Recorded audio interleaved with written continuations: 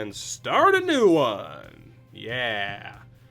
And again, just a 2, 1, 2, just to make sure. We should be fine. I know the culture in Boston is different than Montreal and Toronto, but it's really weird seeing parents high-five other fans and each other after their kid beat the shit out of another guy. That is the magic of Trent Frederick. That's all I'll say. Let's get this show on the road here with Edmonton, shall we? Our second season. The team is significantly weaker, but that's okay. It's about developing Pekka Patinen, and Jesse Puljujärvi. And of course, McDavid and Draisaitl are still there. You know, we're looking okay. Let's go with okay. The main thing to remember here is that I haven't initiated basically any of our trades. I've pretty much let the AI GMs shoot themselves in the foot. And we're going to do the same thing again for Season 2. Oh, goodness, what did I miss? Fighting is real hockey. It's, I don't know. Bono, what's going on, man? I don't know. Do we want to discuss my opinions on fighting and hockey?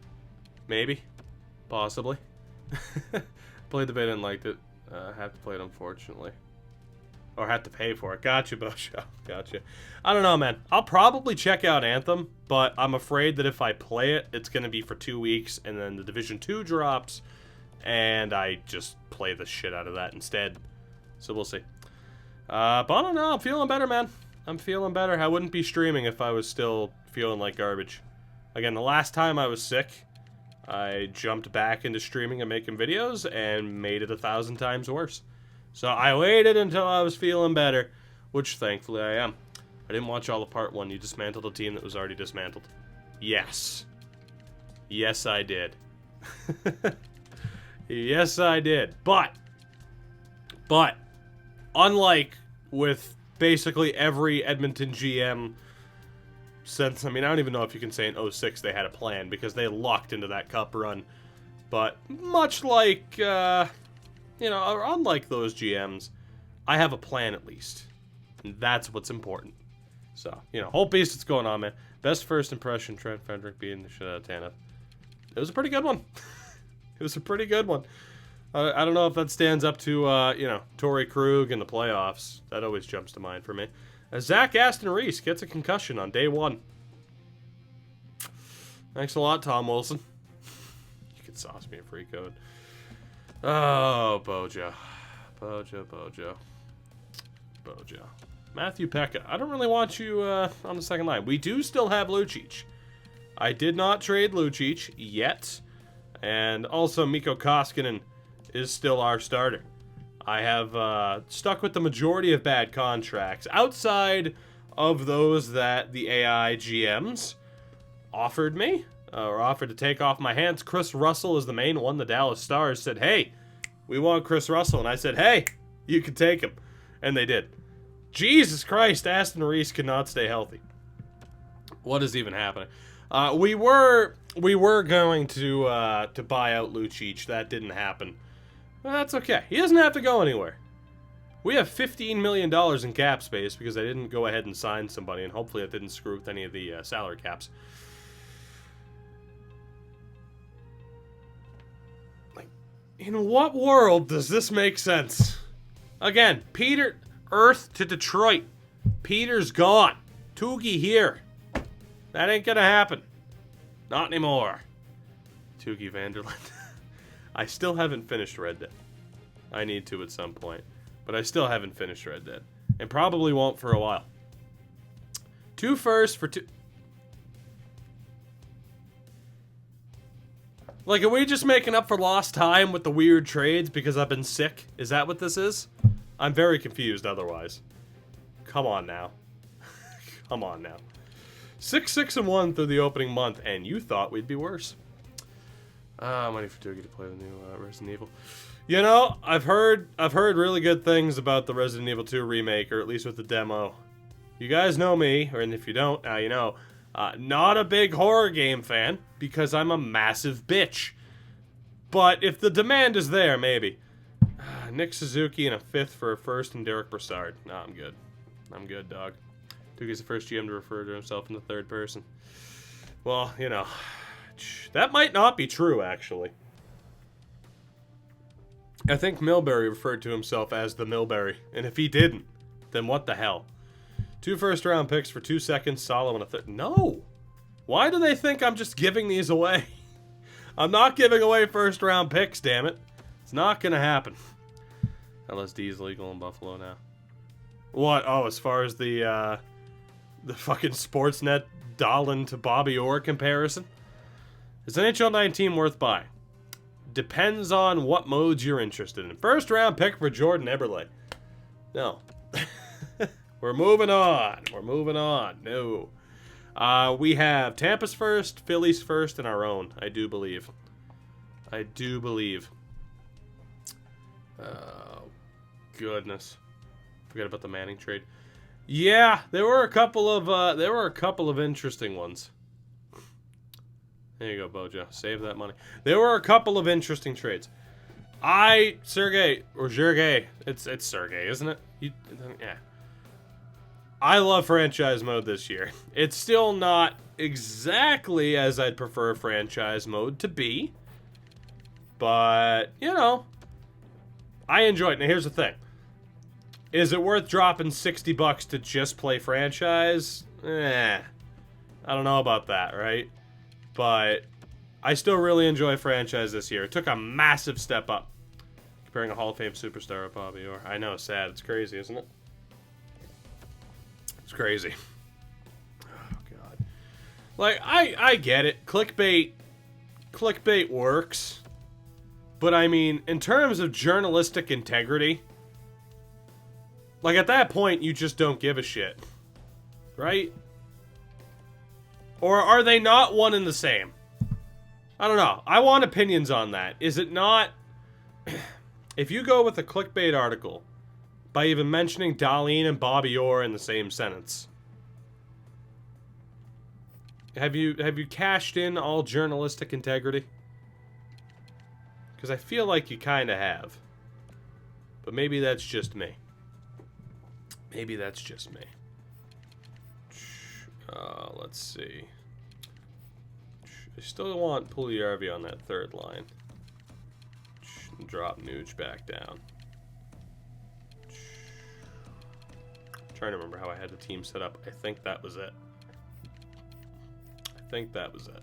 Hopefully it was. Orr had 38 points at 18. Dahlin has 28. That just... Still. Just no. Just no. It's not a comparison that you make. Without expressly mentioning in the headline, in terms of rookie season. Also, Vancouver. I'm not desperate to take that Sutter contract off your books. Sorry. I'm going to leave you with that. Sportsnet's garbage. I kind of agree. Now I don't have to watch the Edmonton video tomorrow. You should still watch part 1, though.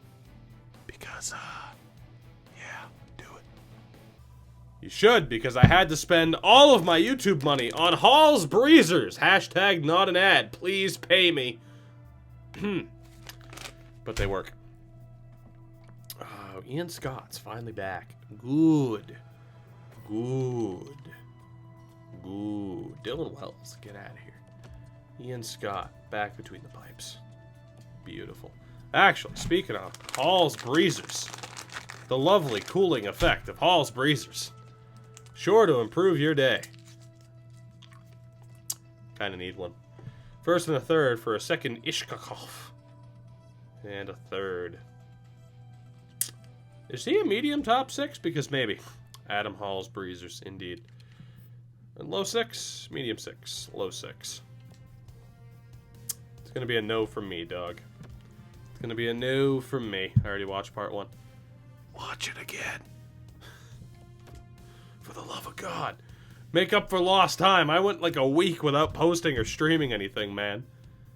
I'd be on my ass if this was my actual job. Be terrible. No. Minnesota. No.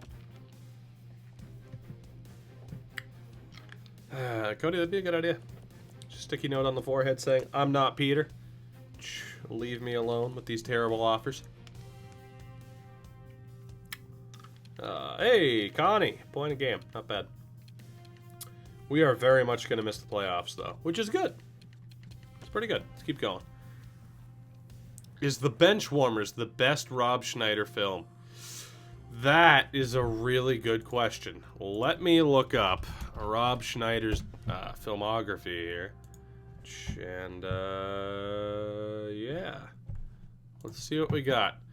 Good old Rob Schneider. Alright, now, how are we defining Rob Schneider films? Because technically he was in Demolition Man, which is pretty good. I'm going to sim a month ahead into February, by the way. Don't mind me. Oh, God. I mean, because if we're going off of films that were, like, expressly his, I mean, it's like you have Deuce Bigalow and The Animal, which... Who is the actress in The Animal?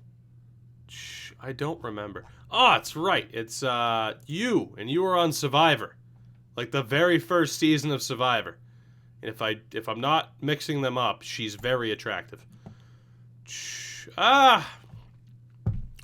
You know, it might be for best Rob Schneider films. I got to trade off for Artem Anisimov. I'm going to decline that.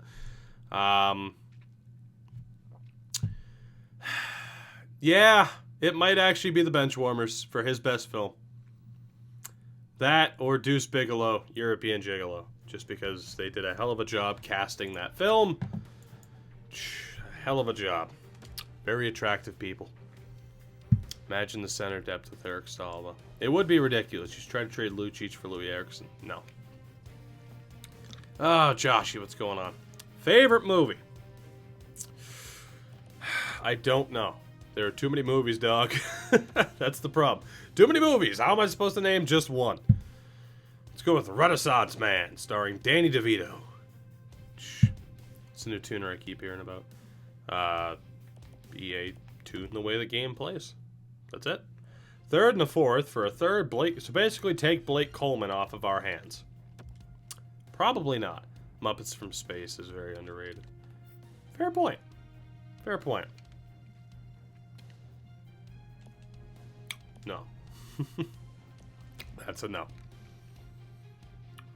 Dorian should have a post-it note on his forehead saying, I traded Don and our first for Brady Tkachuk and Alex Burrows. Yeah. Yeah, but just, I don't want to bring up the Oilers, man. Or the Oilers, the Sens. Who wants to laugh at the Sens? Come on. It's, you can't laugh at the Sens at this point. Leave them alone. Ah, the sore throat goodness. Danny DeVito presented an award at the TV Awards in the UK. As he should. Fifth for a sixth and Kevin Rooney. It's going to be a no for me, but thank you. God. Can't believe the Canucks got the return. You know the worst part is, though? The worst part is, Joshy, thank you for the follow. The worst part is, had Ottawa made it to the Cup final with Burrows, which is just a horrible sentence, they at least could have justified it. You're replacing Chiarelli. I mean, let's be honest. I should. I probably should. My resume is fairly impressive to, compared to who else they might be looking at, Pens. So, you never know.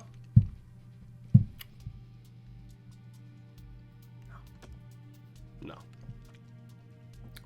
If they won the Cup, that trade was a W. Pretty much. That's how all trades go, though. You could give up. I mean, hell, look at the Bruins. They gave up Blake Wheeler for Rich Peverley. And Boris Volobik, which, hurts my soul even to say. But I don't give a shit that they gave up Blake Wheeler because they won the Cup. That's it. It's fine. Blake Wheeler's amazing. I get to see a parade in 2011. Don't care. We don't have to talk about other trades they made after that, though. Let's not do that, please. First rounder for Sammy Vatanen. No. Have I ever called Tommy Wingles Wammy Tingles? No, but I'm going to do that from now on.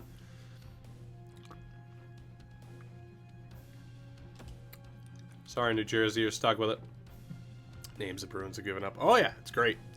It's great. Thanks for always making my day. You're welcome. I don't know how I managed to do that. Hello? I'm just an idiot who sits in front of a webcam and yells about video game hockey. But hey, I'll take it. A second, a fourth, and Nathan Walker for a first. And Mogilny. Yeah. Yeah, granted, it's a first-round pick next year, but I don't see why I wouldn't do this. Second-round pick next year, fourth-round pick this year, and Nathan Walker for a first and Mogilny. I mean, Mogilny's terrible, but he's not even signed. So, you know, let me do a little bit of AI bullshit prevention. Just add in like a 6th-round pick this year to safety net it. And thank you very much, Columbus. I'll take that first-round pick next year. And this is how we've turned this team around already. It's because the AI, of course, is not very smart. But that's okay. Puljujärvi up to an 84. Tynan hasn't improved at all, but that's okay. Certain guy named Tyler Seguin. Never heard of him. Never heard of him. Tyler Seguin. Sounds Spanish. Let's see. Let's go Draisaitl there. You go over here. Hagelin back on the top line. Puljujärvi up to the second line. That works. That works. I heard Seguin. Heard that Seguin's fucking bullshit. I need to find that clip of Tyler Seguin, although I've already been beaten to the punch on that from other streamers, but God, it's just the greatest clip. Tyler goddamn Seguin.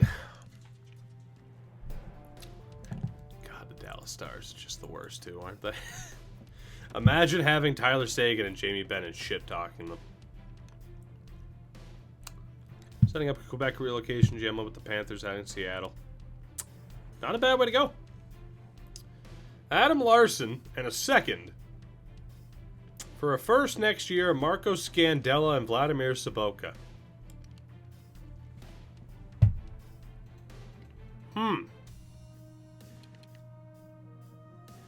You know, that might be worth it. That might actually be worth it. It's a second-round pick this year from Montreal.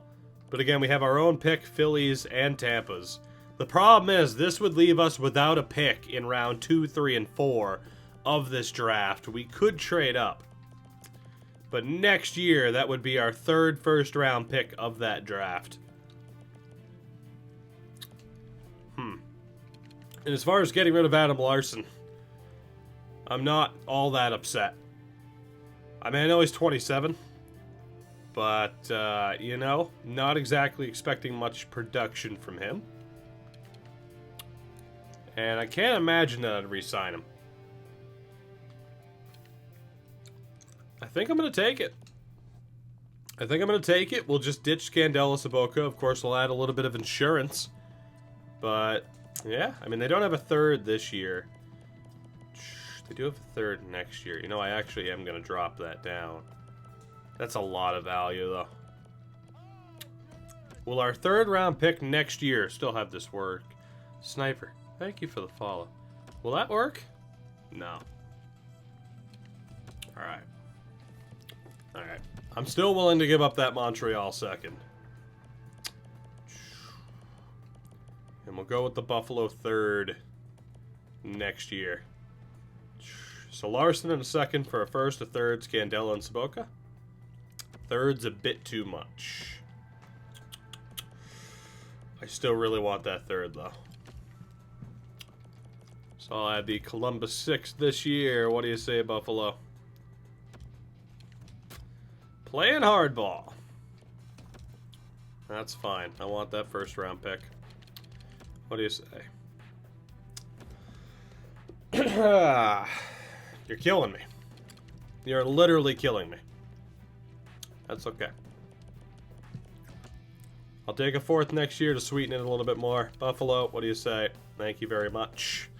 Adam Larson. Adam Larson to Buffalo. To the Buffalo. Aside from that, the roster's looking fine. Anyway, we'll just go best lines for the moment. Would you say Florida moving to Quebec is possible within the 2020s? Yes, just because unlike with the Arizona situation, if the Florida Panthers move, you still have a team in the state of Florida. So, I wouldn't be surprised. So, let's take a look at what other deals have gone down here. So, of course, we send Larson to Buffalo. Valimaki dealt for Kuokkanen and a third. John Merrill dealt to Calgary. Calgary also gets Kreider and Georgiev for a first, and Tyler Parsons. So Kreider also to Calgary. We then dealt Nathan Walker and somehow got a first. Ryan Murphy to the Rangers. Speaking of Jonathan Dahlen, he is off to Calgary. Pick exchange, Mason McDonald. Nate Schmidt and Riley Smith to Colorado for a first, Bowers and Cam Morrison. And, of course, Anaheim gets... Spurgeon. Can we see the Jared Spurgeon? For a first, Benoit Olivier Giroux and a second. Anaheim also gets Thomas Vanek, Drew Stafford, and Trevor Daley for Josh Mahora and a third, because Anaheim doesn't like having nice things. And Minnesota gets a first for Mikko Koivu. Delta Tampa. That's it. Couple of big deals, though. Kreider on the move, Koivu on the move. Just going to double check that we don't have anybody to get rid of. Oh, boy. Just doing better in actual hockey. In an actual hockey save than this. Alright, yeah, whatever. Yeah, it is what it is. Alright. Do we have anybody else to deal here? That's the real question. I don't think we do. Outside of trying to get rid of Lucic. Which isn't going to happen. Goalie situation, still fine. We just dealt Larson.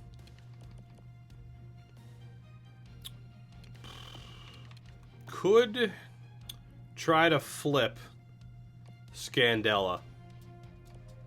Aside from that, I don't really have anybody else I want to move. I'm not going to deal Andre Sekera because I don't view that as a realistic trade. Because I don't think anyone would take Andre Sekera in real life right now with his injury trouble. So I think we try to flip Scandella here first and foremost. And is there a team that needs a top 4 defenseman? Budzo. It's happening, buddy. How goes it? Let's see. Is there a team? I'm going to be somewhat quote-unquote realistic about this. Eh? They don't really need a top 4 defenseman.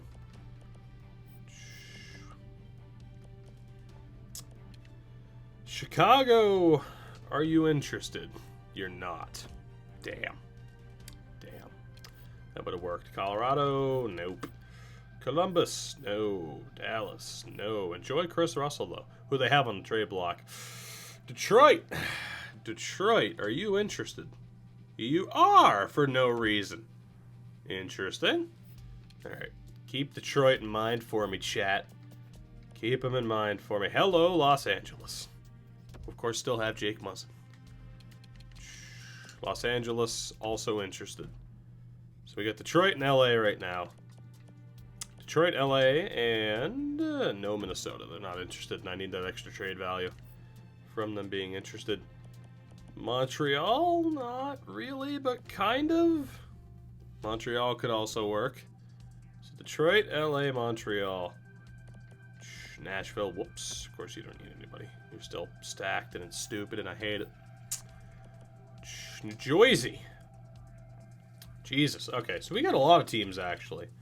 Who does Detroit have on the block for relatively cheap? Nobody good. Los Angeles. Keel Thomas, but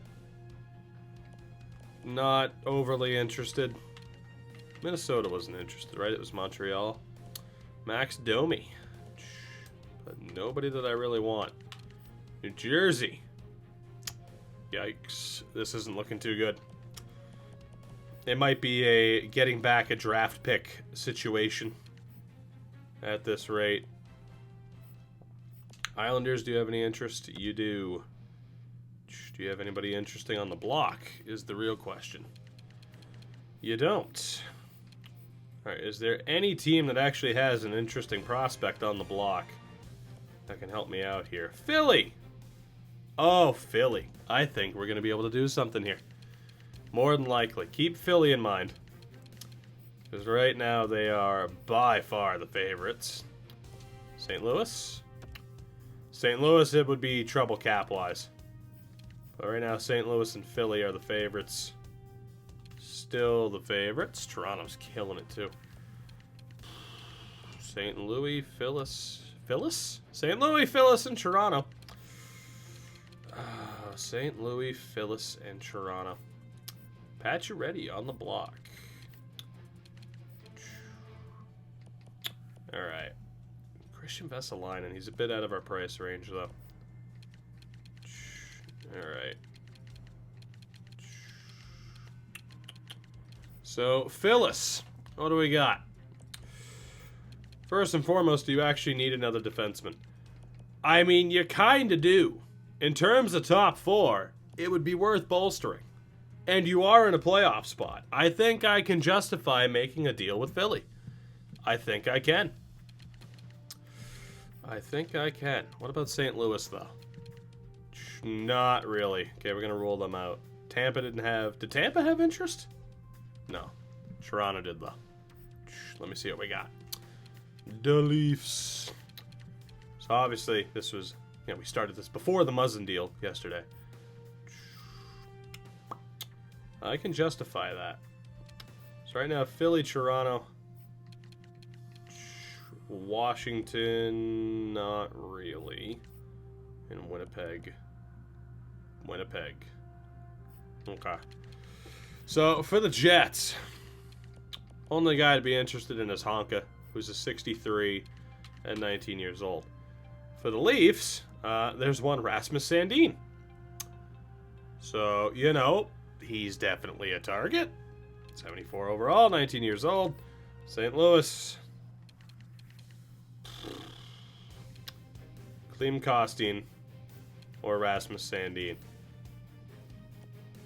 Or Jay O'Brien, Joel Farabee. So basically, do we need a forward or a defenseman for prospects? If we need a defenseman, I'm going after Rasmus Sandin on Toronto. Because we need him. And in terms of defensive prospects, we have Evan Bouchard. And that's it. Well, to the Leafs we go. That made the decision fairly easy now, didn't it? Straight up 1-for-1? Rejected. Alright. It's alright. I can make this work. In terms of forwards, nobody that I'm really eager to get rid of. A couple of low 6 guys who I don't really think will make it. Bunch of mediums. And Saboka has no value. So, how about we use that fine 3rd round pick that we have next year? You give me Rasmus Sandin, and everything's good to go. Just a bit low. Oh, Toronto, you're killing me. You're killing it, and you're killing me. Have a 5th round pick this year. So there's my one trade where I actually control it. I mean, you can't necessarily say I ripped off the AI. You can, but still. Sims, thank you for the follow. Welcome to the fine world of me streaming and being worried the whole time that I'm going to get sick again. Alright, so you're getting sent down. Caleb Jones is getting called up. And that's going to be our defense for the rest of the year. Forward-wise, we have 10, 11, 12, and 13 with Goalborn, 14 with Cave. Pekka, you're getting sent down. Hopefully you get claimed. You didn't. Damn. Kyle Yamamoto, though, now a 4th-line guy. So we need to call him up and get him that playing time. Move the Comets to Abbotsford. They just re-signed with Utica, man. Comets are going nowhere. Alright, so again, we have 10 with Yamamoto. What do I want to do here?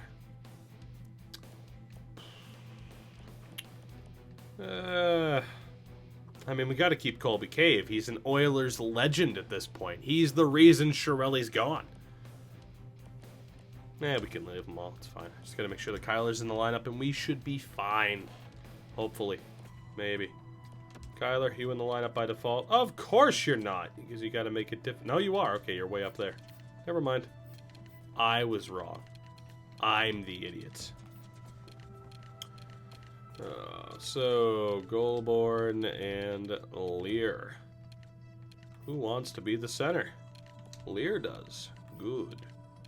Third line there. Draisaitl obviously on the first line. Let's bump up Hagelin. Put Nuge there. Let's put Aston Reese there. And it's beautiful.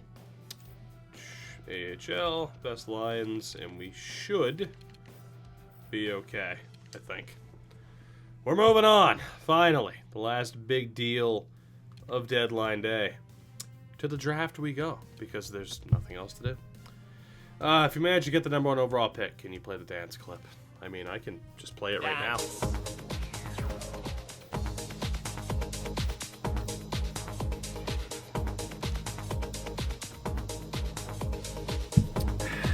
God damn it. It's been far too long anyway. So, it has been far, far too long anyway.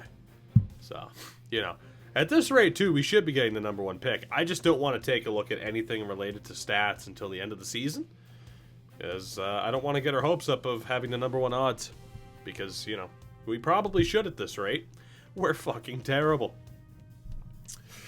Yes, indeed. Name them the Seattle Sea Cattle. As you should. I still have the Rob Schneider tab open, and let's close that, thank you. That tab was open for far too long. Do you still have the Spengler Cup Dance Club? I don't.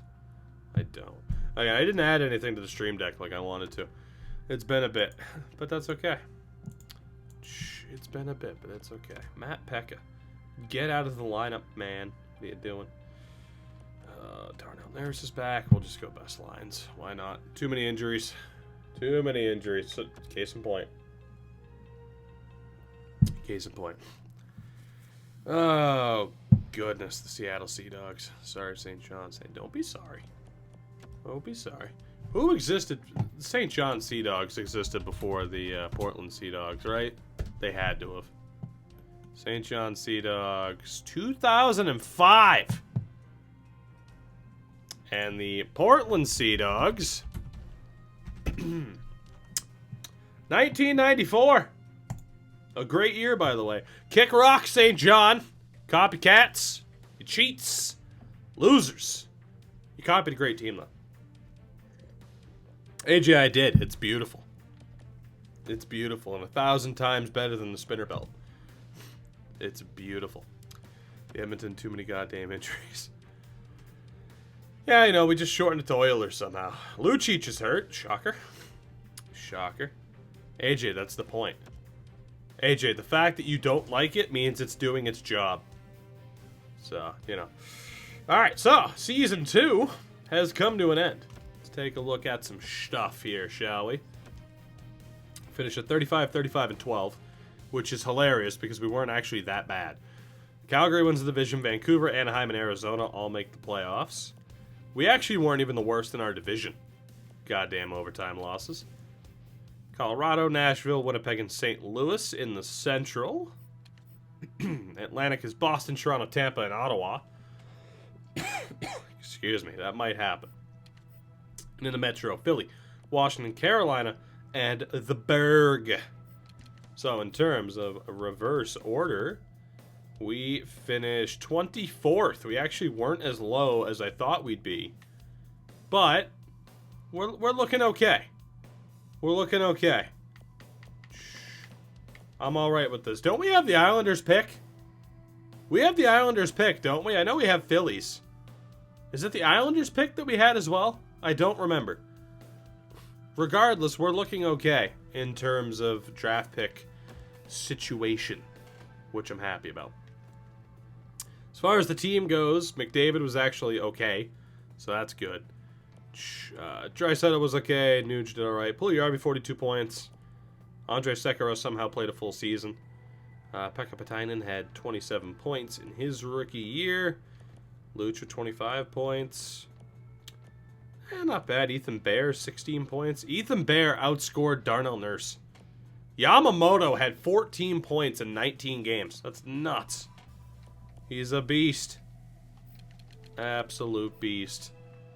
And goalie-wise, Koskinen a 906, Riddick a 904. What are you going to do? Around the league, I think the rookie race is going to be the most intriguing part. You have Dallas and Phillies this year? Who cares? We'll figure it out soon. Let's see. Best save percentage amongst the starter was Craig Anderson.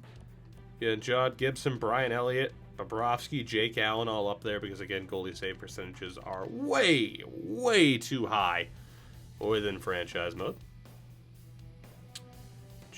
League leader with 89 points, Tyler Seguin.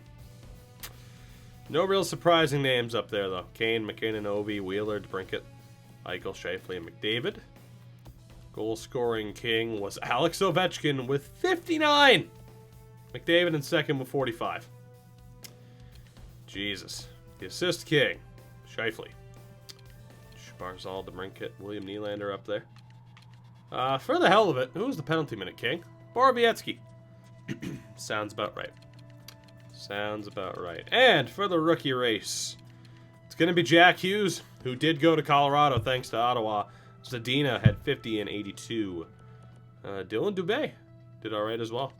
But yeah, Jack Hughes is going to be rookie of the year. Unless Michael DiPietro. Now, Michael DiPietro went from like a 67, 68 to an 83 in now 2 seasons. I don't think he played enough games to win it. But if he did, I wouldn't be surprised. But the Calder's probably going to Jack Hughes. I think we pretty much checked all we have to. I think we're good just to breeze forward towards the draft. Right? We checked everything. We're good. Check for any goalie goals. I really should, but I'm suddenly too lazy because I'm right where I wanted to be. I didn't check AHL scoring because, how is DiPietro that high already? I don't know.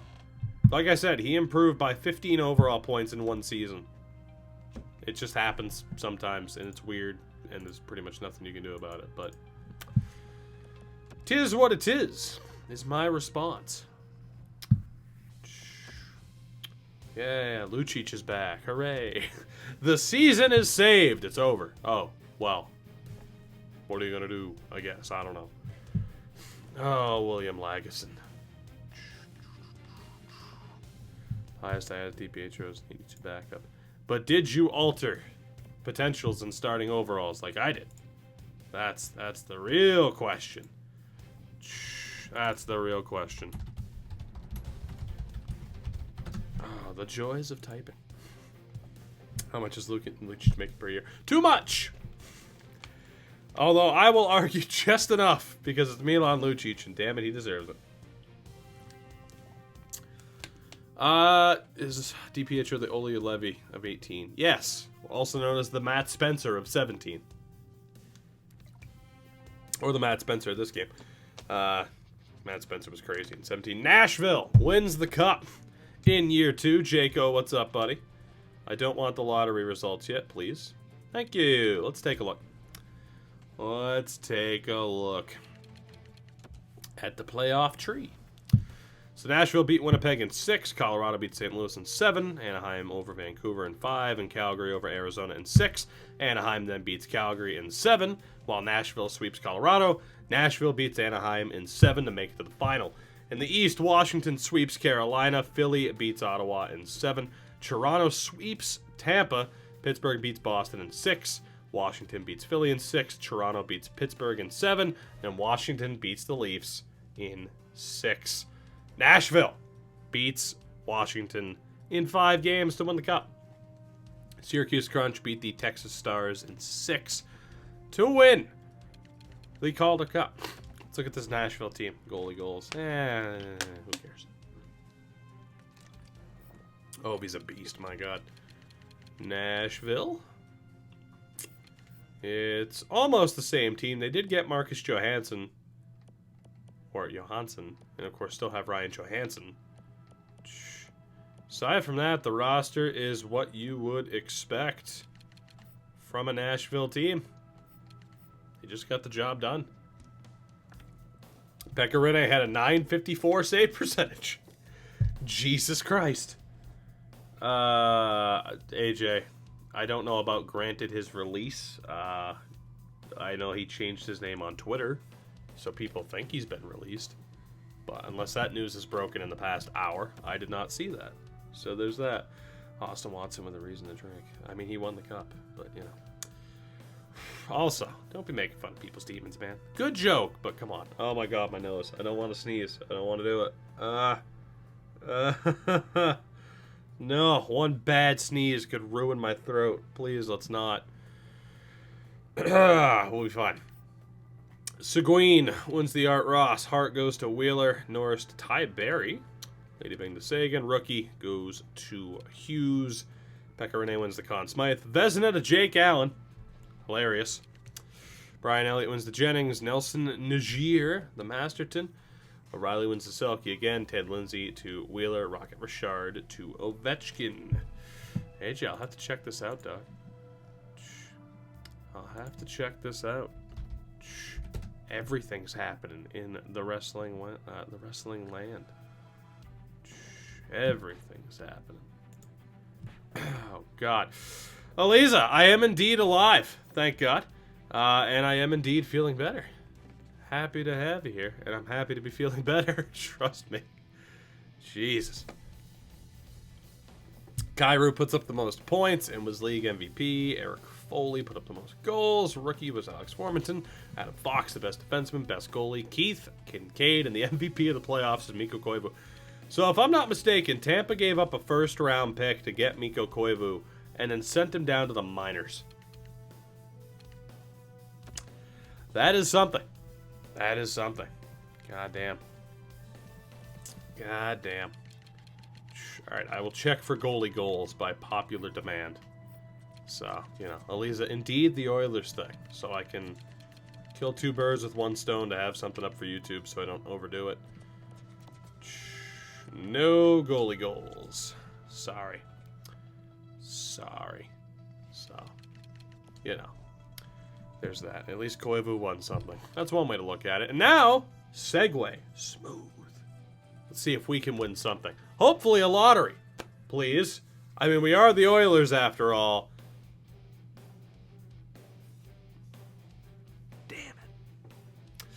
We have the 9th pick in the draft. And that's it. So, our other picks were belonging to playoff teams.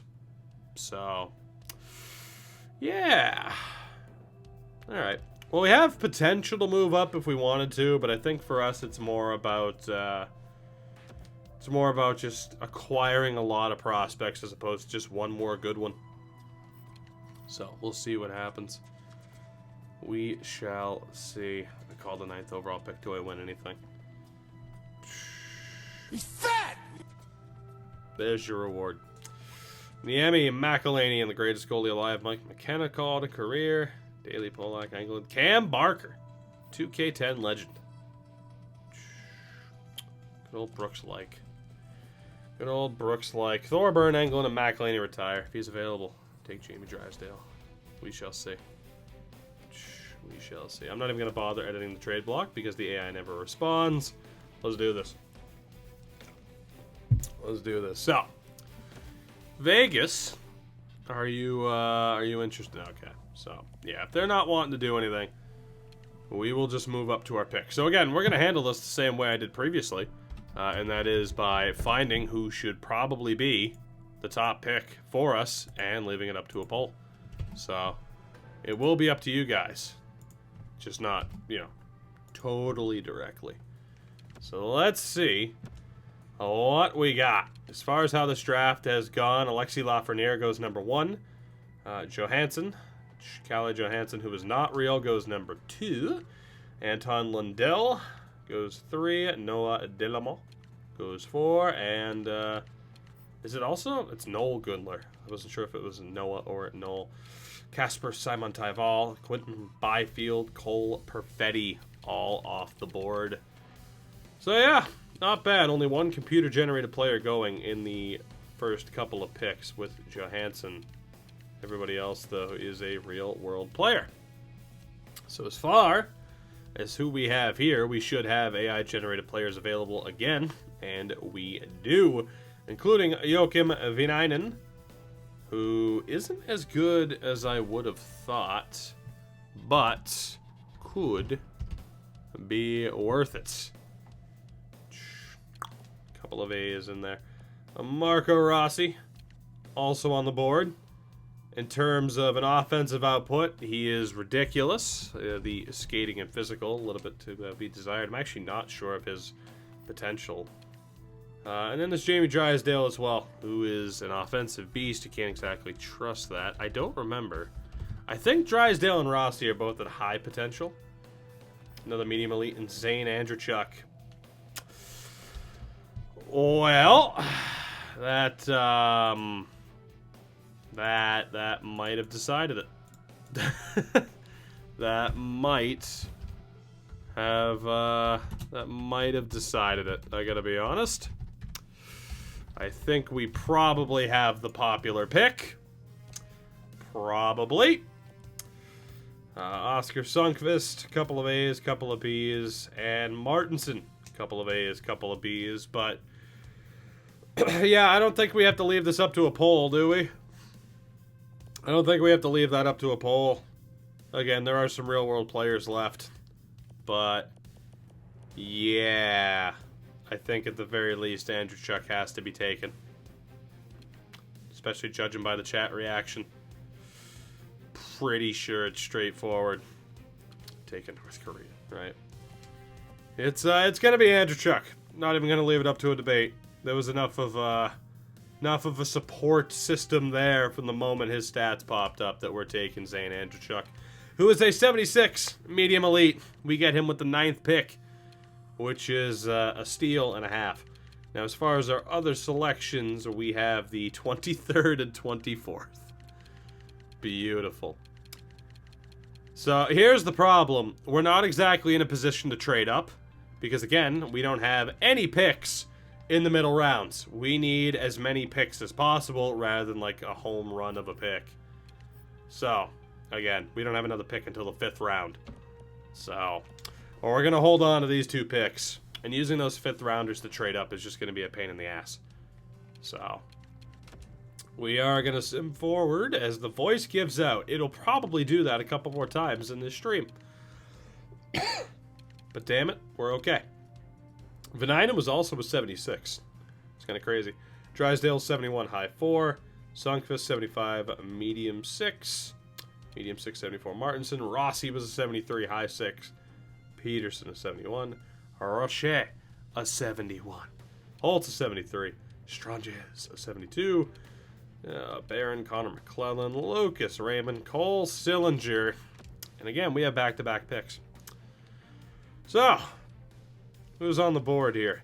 Because we're already going to call a timeout. Already, because this is going to be a pretty big decision. So, as far as who we have here, Filipe Oiwitka at 18. Mostly B's, an A, and a C. He's not terrible. Pasi Rask, hello. Also not bad. Majority A's and B's. Ekholm, majority B's, but with potentially an A+ shooting category. Let's see, who else do we have here? Jace Tunnell, straight B's with an A. Rory Schlemko, probably not as good. So what I'm going to do here with this poll, right, is put everybody that's interesting. The top 2 most voted on players, it will be multiple choice. The top 2 most voted on players will be the ones that we pick. Oscar Markstrom, I'll leave him there, but the stats are obviously a little bit rough. We have Jean-Luc Foudy. The Foods. The Foodie. What about Will? I don't know how to pronounce your name. I'm gonna guess he's not that great, actually. Because, again, this game loves to have players be a little bit higher rated in terms of where they are in the draft than they should be. And from here, actually, yes, I guarantee these guys are a little bit rough. Let's sort by potential. Because it would be worth going a little bit off the board if we had to. Now, in fairness, we don't really need a goaltender with Sasha Nold, but Mikhail Kaminsky is at least a gem. Terrible stats. Terrible stats. But at the very least, medium elite gem. Sundstrom, not quite a guarantee. And unfortunately, our scouts are going to let us down here. I think in terms of stats. I think we know kind of those top players at this point that are worth taking. Because I can guarantee, like, Nicholas Wong isn't a medium elite, right? It's just kind of how... And Dylan Garand isn't that good. Right. Obviously, I know this from editing these players. So that does kind of complicate some things about the draft. And Alexiev being a gem at 19. Probably not as good. So, I think we're good. Let's go ahead. Let's go ahead and spam that poll. And we'll be good to go. So, let's enjoy the fine world of seeing these results roll in. And we'll see. Again, it's multiple choice, or at least it should have been. I think it was. It should have been multiple choice. I'm going to guess by some of these votes that it was indeed. And the top 2 players will be the ones that we select. So keep that in mind. Whether or not we spread it out, go 1 forward, 1 defenseman, 2 defensemen, we shall see. But Caden Goulet doing quite well for himself, as is one Rask. So again, to go over, I don't know if we want to go over some of the names again. I mean, we can. Again, there was the likes of Mr. Hoywitka, the likes of one Pasi Rask, A's and B's for the most part. Ekholm was also on the list, who could be quite good. Tanel, also on the list, in the poll. Caden Goulet as well, who might be the top defenseman remaining in this draft. There's Oscar Markstrom. We added Foodie, who I don't think is that great. And then there was the gem at the top, that being Mikhail Kaminsky. So there's that team. There is that team. Allow me to spam said poll one more time, as we will jump back over to ye old list, hit it with that beautiful refresh. And right now, it's Rask and Goulet leading the way. And that might be exactly how these selections go. We shall see. It's been a minute. The polls have slowed down, and we might have our 2. We might have our 2. I'm going to give it like 10 seconds here. If I don't see a change in the voting, that's it. As I fight off the sneeze again. My body's rejecting the stream. It's terrible. I think we're good. I think we're good. I think it's official. Rask and Goulet. Rask and Goulet will be the picks. Ninja, I'm feeling better, man. I don't know if I'm 100%, but I'm feeling a lot better. Thank God. Can we get a trade up to the 4th to get the gem? Potentially. Pasi Rask here is going to be the next pick. Rightfully so. Phil Kessel comparison, by the way. So, Rask won the poll. 74 overall medium top 6, which is pretty damn solid. And we're going to be taking Caden Goulet with this next selection. So we did well to split that amongst forwards and defensemen. One Caden Goulet is a 68 medium top 4. So still not that bad. Now, as far as potentially trading up here, let's talk with Philly. Let's talk with Philadelphia. They have that New Jersey pick. And I'm going to try to be probably a tad bit cheap. slightly kind of, yeah. Let's be a little bit cheap about this. Do you have any interest in Hayden Hockey and Dylan Wells? Not quite. It's alright, I can add more to it. I'm not saying I just want to ditch all of the nothing onto other teams, but that's exactly what I'm going to do. Because otherwise they'll just sit there and it won't do anything. Come on, Philly. You know you want our garbage. Come on.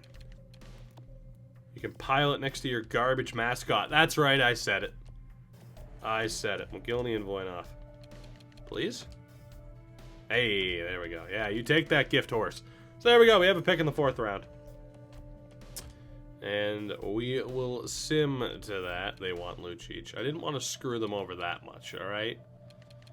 I think I want to keep Milan because it's Milan Lucic. He's the bestest. Wojcicki was a 68, medium 6. Ekholm was a 73. It's not bad, technically, though. Pasi Rask, a little bit better. No, 72. Danilo Gushchin. Yeah, so you can see at the end there where the medium 9s start sneaking in. And it tails off a little bit. Like, they're not as highly rated as they should be.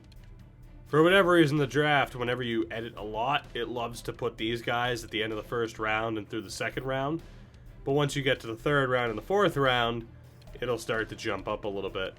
Case in point with, like, Koskinen. So, it's just the way it works, man. It's just the way it works. The Cheese Cave or Nutshot Man? Nutshot Man for the hyphen. So is our dude still there? He is. Well, no debate. We'll take Kaminsky as well. 49 overall, medium elite. It will take him forever and a day to develop, if he ever does. But there he is. He has arrived. So we go to the 5th round. And let's just see if we can somehow find any kind of steals. Somehow. Some way. Skula will probably be the first pick. Or we take a risk with a whole bunch of question marks. Ott is a gem, huh?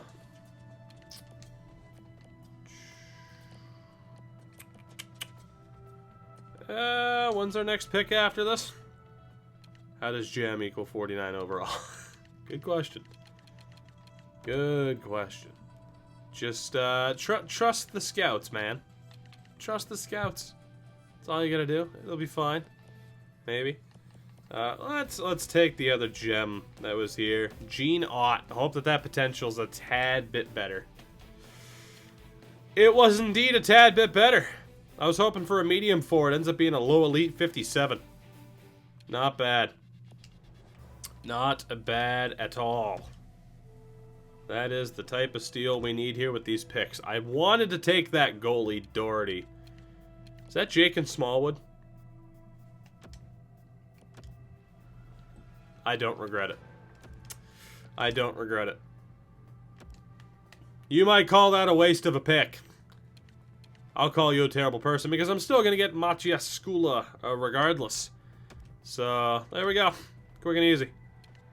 50 overall low elite. This is turning out to be an amazing draft. We're doing quite well.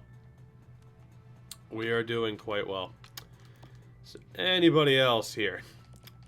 Out of this high-end talent, in terms of grades, they look to be half decent, and the answer is no. But there is one goalie, that being Valeri Datsuk, who will take a risk on. I don't expect him to be good. And he's not. He's medium fringe. That's okay. That's okay. Gym Class Hero, what's going on? Well, what's happened? Oh, boy. Do I want to check anywhere else? Or do we just risk it with the medium elites? Gotta be somebody with good grades here, right? Where are my honor students here? Nikolishин wasn't looking that bad, but... And I know Igor Sokolov's not that good because he's a real player, obviously. It's the one issue with these early on drafts after editing the rosters as much as I did. And that is that you can kind of tell He just doesn't have any consistency or creativity. You can kind of tell. You know, it was actually that decent. Wonder who took a longer break between streaming, you or me. It was 6 days, man. It was 6 days. So, you know. We do what we can. We have one forward left. Let's take Christian Hedman, hope for the best. Whew. I mean, I know it was low accuracy, medium elite, but good lord, that was a drop-off and a half. Damn. Hero, it's all good. I appreciate you stopping by, even if just for a moment. Alright, the rest of this draft, I gotta be honest, probably gonna be a gigantic swing and a miss. More than likely. Let's take Fred Dicka, because his name is Dicka. Medium 9. Could probably trade away the 7th round pick and not care. But, you know, we'll try.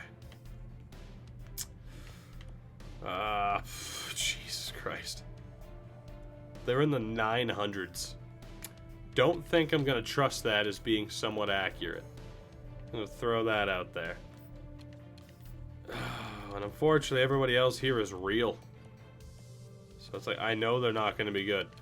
Again, first few years of the draft where you know there are real players there, you might as well just trade the picks. Because everyone's going to suck.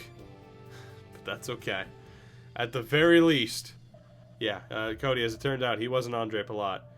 From Andrew Chuck to Ott, Skula included, that is one hell of a draft class. No complaints. We did very well despite not having a pick in the 2nd or 3rd round. It would have been the 4th round as well. But we ended up trading up. That was a smart move. Puljujärvi's going to be an RFA. Again, we had $15 million in cap space throughout the season. So we have all the money in the world to make this work. So let's see. Goalie-wise, Rodrigue up to a 74. Yes, please. Yes, please. We still have Spencer Knight who's up to a 72 as well. And that is going to cause some issues because Rodrigue and Knight need to be in the AHL next season. So I think more than likely Skinner ends up being... I think Skinner and Scott end up being dealt. Or at the very least, Scott gets dealt, probably back to Toronto. And we keep Skinner as the 5th goalie. But yeah, Rodrigue and Knight need to be the tandem in Bakersfield next year. That's not even a discussion. They need that playing time. So we'll see what happens there. Defensively. Right.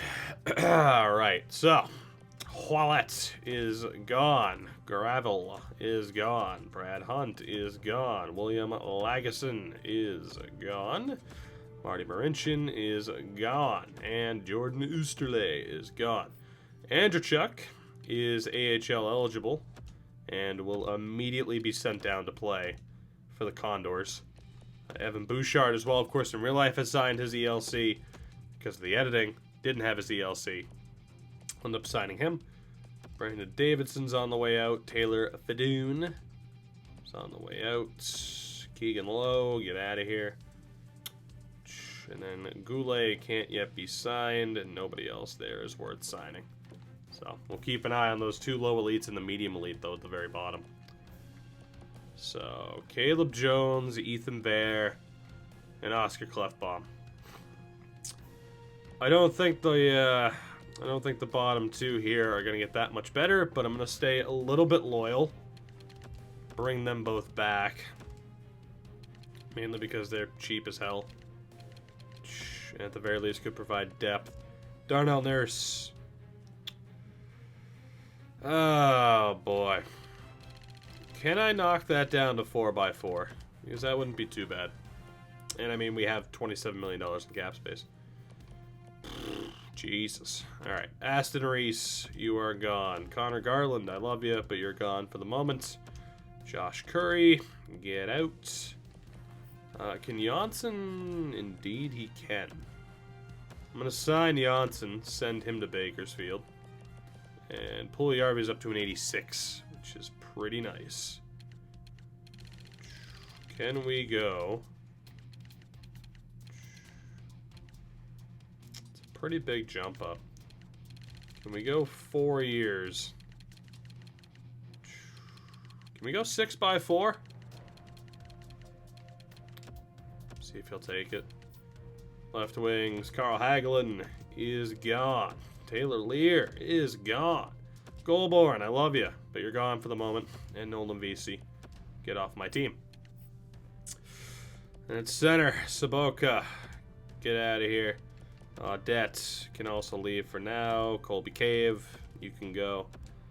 Matt Pekka is off the team. Passy Rask will be immediately signed. For the sake of playing in the NHL, Cameron Hebig, get out of here.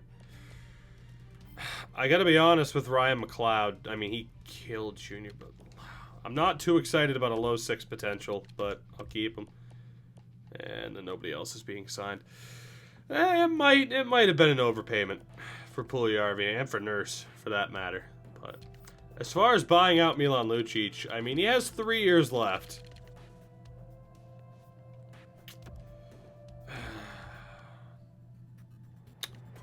Buyout cost is $2 million for the next 6 years. Fuck that. We'll keep him. We'll keep him. We can make that work. His contract will finally expire as the prospects that we're, developing finally make it. I'm not too worried about it. Jones is in. Nurse. Puljujarvi rejected. Bear, Knight, Andrewchuk, Rask, Bouchard, McLeod, Rodrigue, and Janssen. Yeah, there's no way we're buying out Milan Lucic. That is absolutely horrific. So Puljujarvi is the only one we got to worry about. How did he do last year? 42 points on a bad team.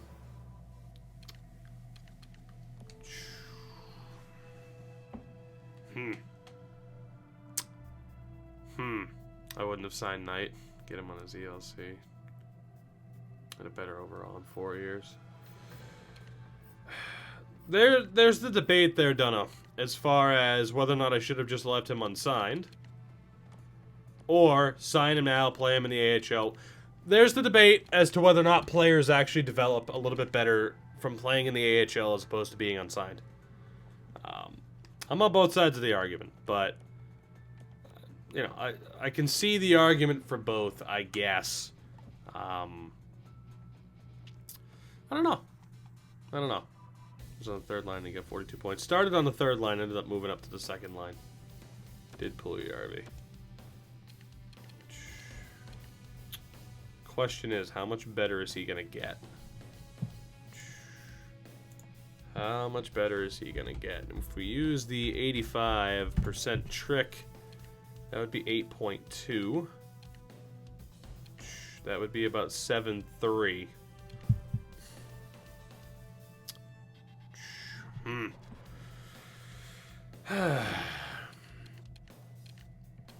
Or we can go for a shorter deal. The cheapest we're going to get him for is what? 4.5? Ish. Math isn't my strong suit, as you guys know. 4.25. Problem is, though, if we only sign him to a short-term deal, it's going to be rough. That would bump it up to about 4.5. About 4.75. So 3 years, we could still get him for under 5 mil a season. Might be the best way to do it, just in case he doesn't develop, and then we could still have him as an RFA and let him go. 4.8, 3 years. See if he accepts that. I'm a little bit better with that. I mean, we're still going to have to sign a couple of players to fill out the, just to get to the cap floor. He rejected. Shit. We might just have to give him the money he's hoping for. Can I go 3 years of 5 mil? Which I'm still alright with. I'm just worried about his development at this point, I gotta be honest. And indeed, that would line up with when Lucic's deal is expiring. Boy, good stuff. Alright. He accepted. I'll take that. That's not too bad. It's not too bad. To the beginning of free agency we go. We'll see what big names are available. And again, we'll take a look at the... We'll take a look at the AI teams, you know, the starting lineups and everything. So goalie-wise, Jesus Christ. So Brian Elliott had that ridiculous veteran development out of nowhere. The problem is, we're still basically going to roll with Koskinen until Spencer Knight or Olivier Rodrigue are ready. So as far as going for like, oh, Robin Leonard, nah, we're fine. The only questionable thing would be goalie prospects, of which we already have a couple. And there's nobody. So goalie-wise, we're fine. It's just we know we have to get rid of Ian Scott or Stuart Skinner. So that's fine. Defensively. Barry coming off of a Norris win. What do we have for prospects? Casey Fitzgerald, Jennings, Joe Saccone. It's not too bad, I guess. Man. The sickness. It's trying to battle back, and I won't let it. Because fuck that shit. So, defensively. Right now, Andrew Chuck might be NHL ready. He might be. By the time the season starts. So to play it safe, one or two defensemen would be solid. Technically, Ty Barry would help round out a half-decent top four. So that's a possibility. An 84 overall second pair D won the Norris on stream once. It can happen. I had something similar happen in Hockeytown, didn't I? Shout out to Anything's Possible. Kevin Garnett said it, so you know it's true. Alright, well first things first. Let's throw our name into the hat here with one Casey Fitzgerald. Technically it would be his ELC. So, we'll throw our name into the hat on that one. With, what was that, Montreal and Buffalo, I think? Or the Kings, someone I just kind of looked past it. Adam Jennings, throw our name into the hat there. And Joe Saccone.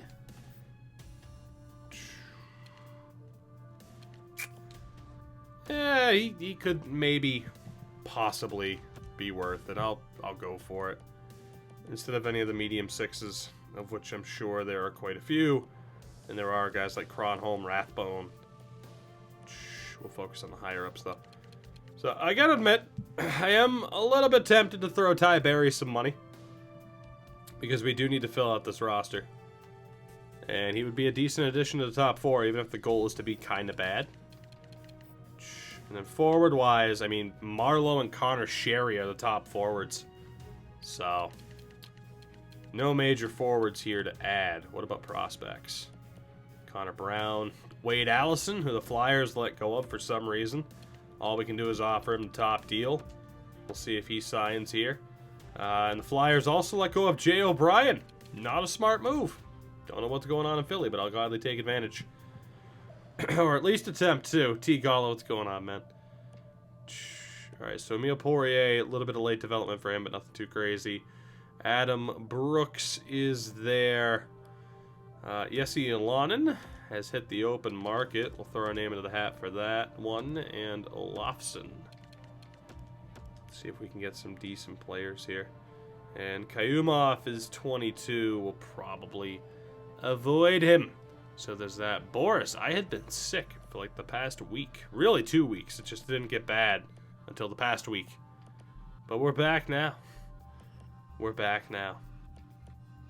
Anders Bjork is an RFA, huh? How much money can I offer you until it would be a draft pick? Might as well throw our name into the hat. I don't remember what that minimum is. Is it 1.5? 1.45? Nickel and dime it. There we go. So I'll try to throw Anders Bjork 1.4. And Rem Pitlick, sure, because we at least need AHLers.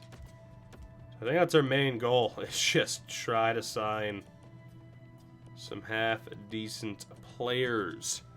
The night shift's been boring without you. I'm sorry I let you down, man. My damn immune system, it failed us all. Oh, Kayumov, do we want to sign you? We have 9 contracts out already, so we're up to 43. We might as well throw an offer Kayumov's away, because that might work out for us. It's just whether or not I want to go for any medium 9s or medium top 6 defensemen. Curtis Douglas, 6'8". He sure is, 6'8", 251. Jesus. Shockwave, what's going on? Welcome. Welcome aboard. Man, David Cotton made it up to a 78. It's crazy. There's a couple of decent medium 9 players here, obviously. I mean, like Maciej Pekar here. If probably butchering that name, but you know, Holtby's, take it easy. Have fun in school, dog. Pekar's probably the best option, being a 72 at 20 years old. In fairness, like Kalinin here would actually be the best. Altai Barmakian's there.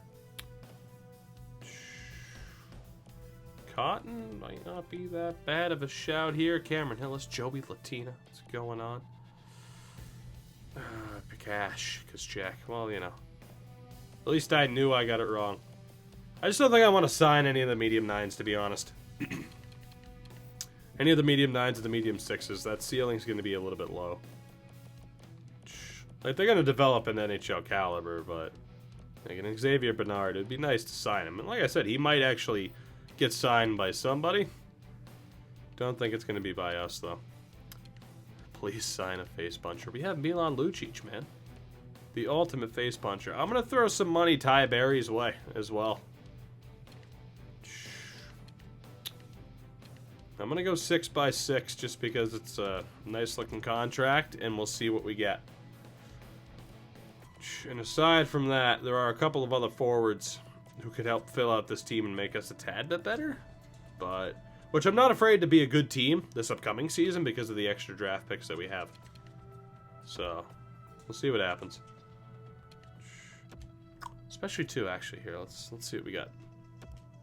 Milan Lucic isn't the face puncher. I strongly disagree. I strongly disagree. So that's our top 9 right now. Oh yeah, this team could use some top 6 help, especially if some players don't develop. Should totally play Barry as a right wing. He won the Norris, and if he plays with McDavid, he'd win the Hart. He would absolutely win the Hart. The only thing I'm tempted by is to sign like a Marlowe to a 1-year deal for the express purpose of taking up cap and potentially dealing him at the deadline.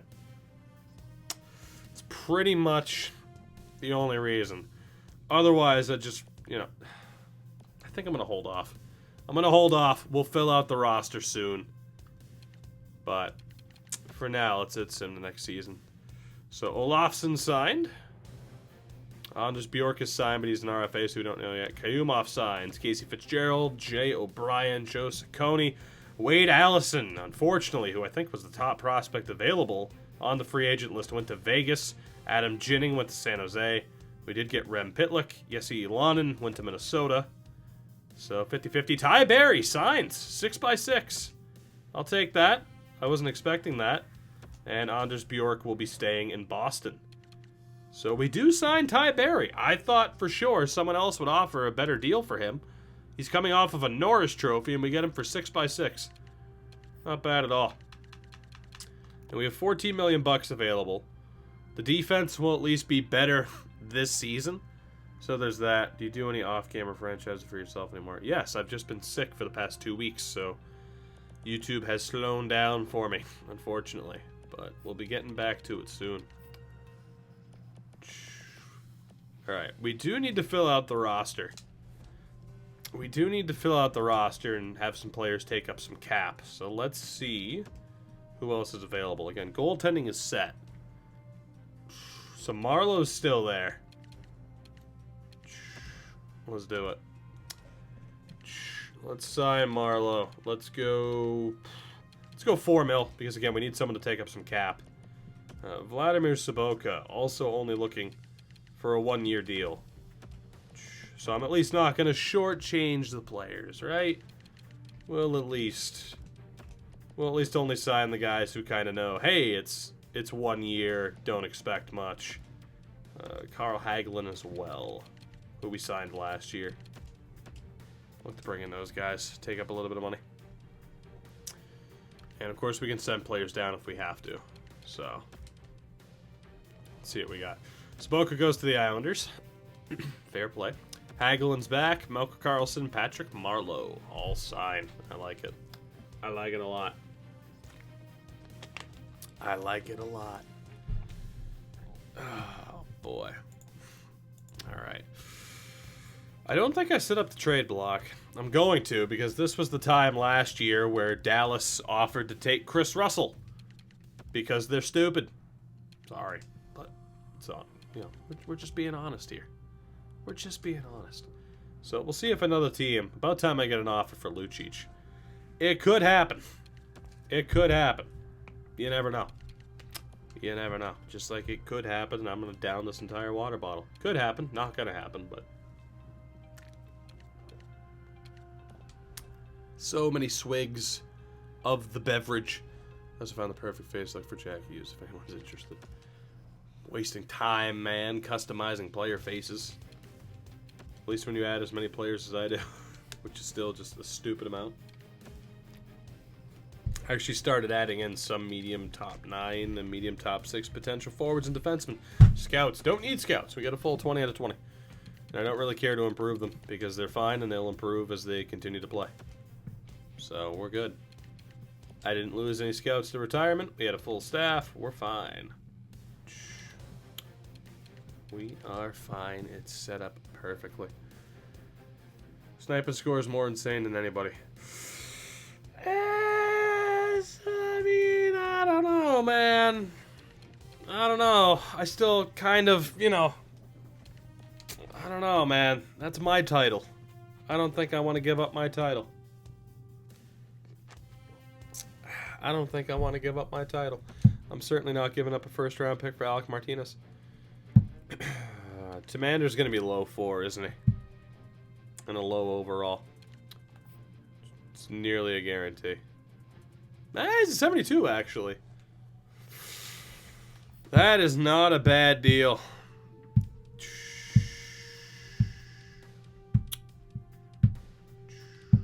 Ethan Bear. Do I want to stay loyal to you? Sorry, Ethan. Loyalty is how we got into this problem, this trouble in the first place, so... Yeah, can I get a 5th rounder back from Vancouver? I'll even take a 7th, that'll be fine. Made 700 players from scratch. Yeah, but he's not balancing... Yeah, I mean, I give him credit, of course I do.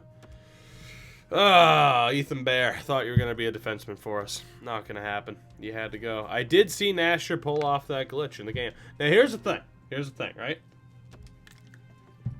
I'm going to say this now, because at the very least, you can hear the way I'm speaking. And it's not just reading the words on Twitter. Alright? There's a lot of people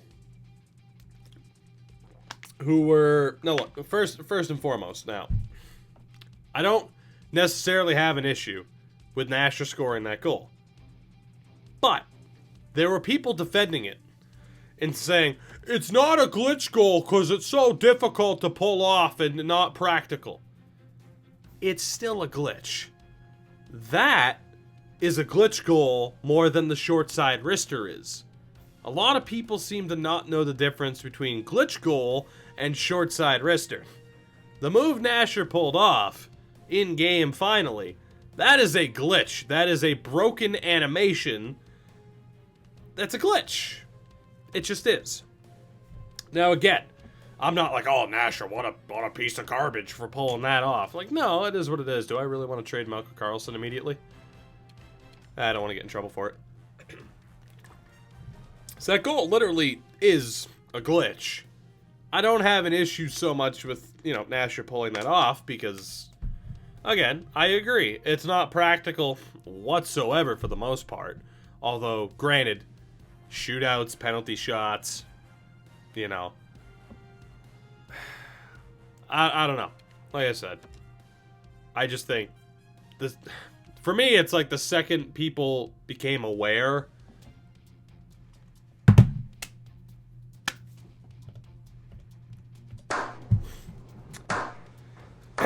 We don't even need to talk about that anymore. Who cares?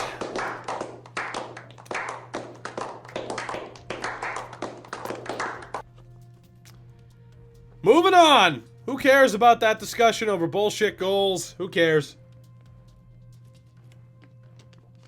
One more time. The New Jersey Devils, ladies and gentlemen. The New Jersey Devils.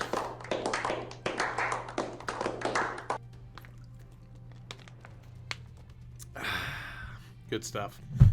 I'm not even going to add to that. I'll just take it. Thank you, New Jersey. Milan, we love you. But there you go.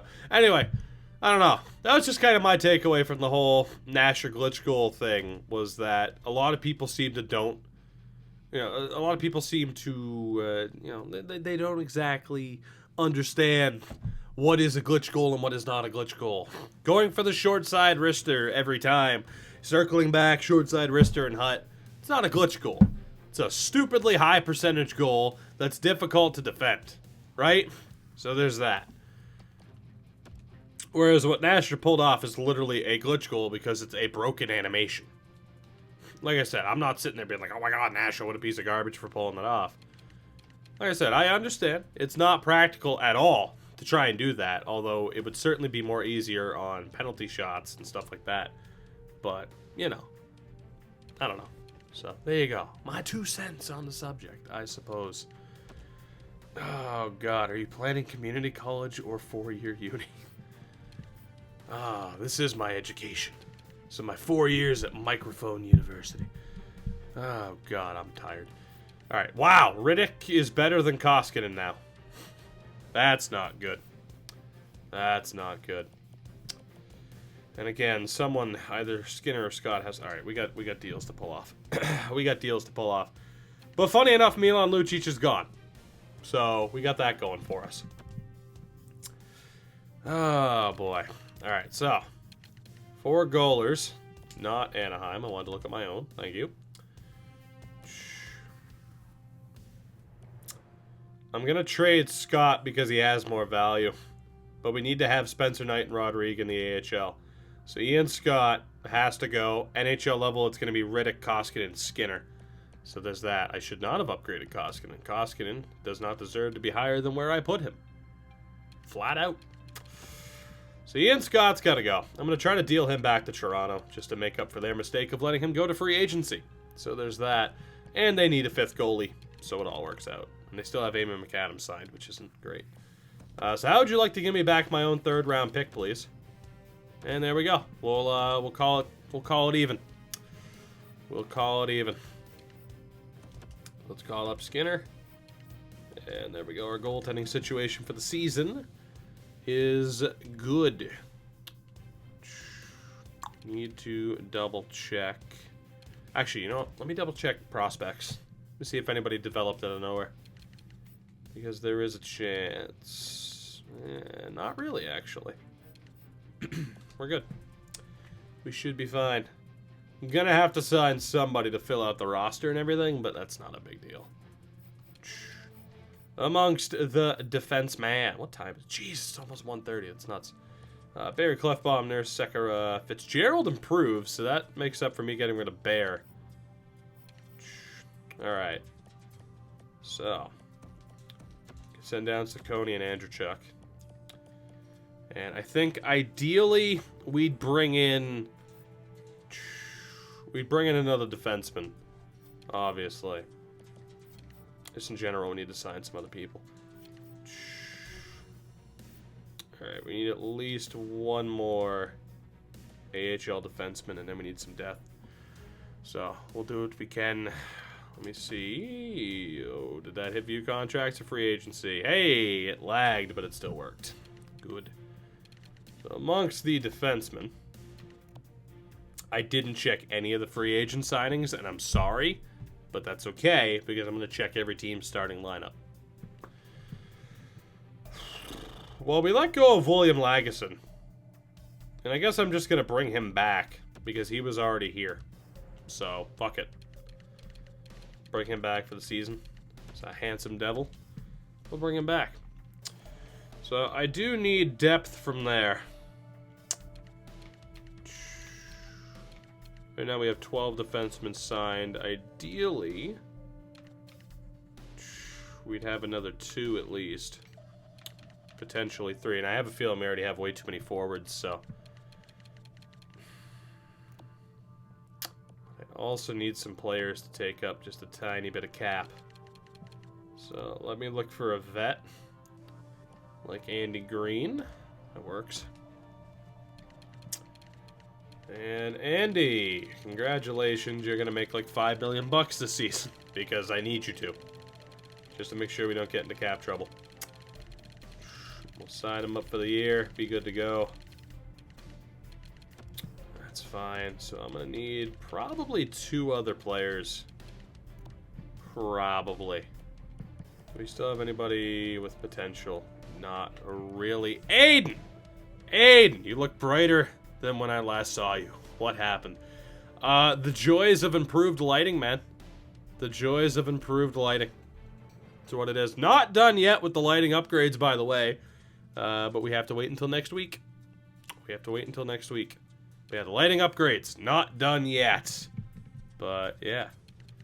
Why that much money? Because we're very close to the cap floor. And if you're under the cap floor, the game will change cap hits that your team has and will completely screw you over.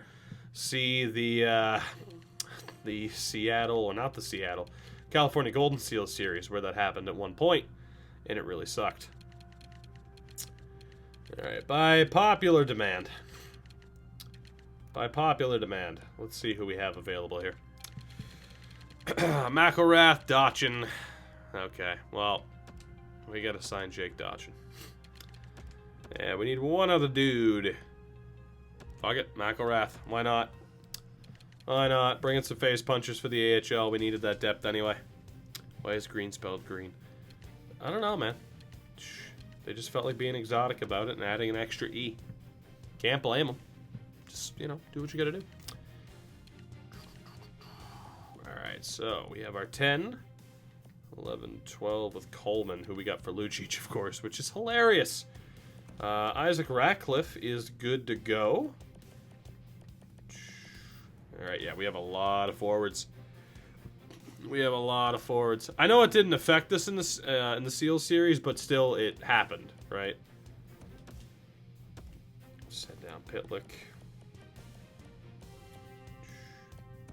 Gonna send down Benson as well. Actually, let's call up Pitlick again really quickly. So, 2 more NHL caliber guys, and we should be okay. Let's go sign 2 more forwards. I at least want to play people within their role. Is Dotchin still out of shape? I don't know. I mean, I don't know how much he's played in Anaheim. I haven't looked. So, forwards. What do we got? Oh, Gardner, Olofsson. I'm going to bring back Taylor Lear, who we had signed last year. Signed Ronning. Actually, I don't know if I did sign Ronning in a series before you. But he did star in the Ottawa series and, of course, was an absolute killer for me. And is right now the leading frontrunner for who I'm going to get on the back of my Man Mariners jersey. X-Tech, though. What's going on, man? I wonder what's more sad or last name. Outhouse or... Let's go with Outhouse. Because it's just unfortunate. Ryan Fitzgerald? Ryan Fitzgerald. Gardner, Olofsson, Sundqvist, Fitzgerald. I'm looking for players that still have a decent player role. I prefer it to be one of these guys. I'm going to go for Fitzgerald. Because, of course, Bruin. So there you go. I'll pay you whatever you want for that jersey. I'm trying to find any Ronning jersey. That Maine Mariners jersey for me right now is priceless because you cannot buy them anywhere. They are out. And they have not put the blue, now road jersey up for sale yet. So, You say whatever you want. I would be driving a hard bargain, sir. A very hard bargain. Put my kids through college. Kids that I don't have yet. Put future kids through college, damn it. I'm surprised, like, that you just don't have, like, a Ronning Vancouver Giants jersey or something like that. Although you might. Maybe. Alright, so. We are not hopefuls. Come on now, game. We're not. Have you seen our goaltending? Look at this. Riddick's going to be our starter this year. Come on now. Oh, God. Let's see. 2, 3, 4, 5, 6 there with Jones. Again, I'd prefer him to be down in the minors. But he can stay there. It's a tough call. It is a tough call. Yeah, you know what? I'm gonna call up Andy Green. Send down Caleb Jones just to make sure he can play. So let's go. Again, team ender needs to be in. Sandin, Andrechuk, Bouchard, Jones, and from there it doesn't really matter. So we should be okay. I'm just gonna have to take McElrath out. And then forward-wise, we have, again, let's send down Pitlick. So we have our 10, 11. We have our 10, 11, and 12 there. And Blake Coleman, you don't have any development that we got to worry about, so he should be fine. I think our roster's pretty much set. There might be a couple of forwards I got to get off roster, but we're looking okay.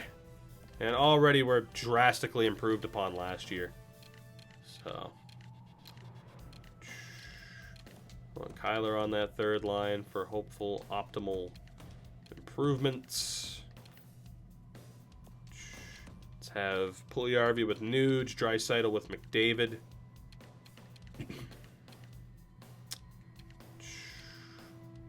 Let's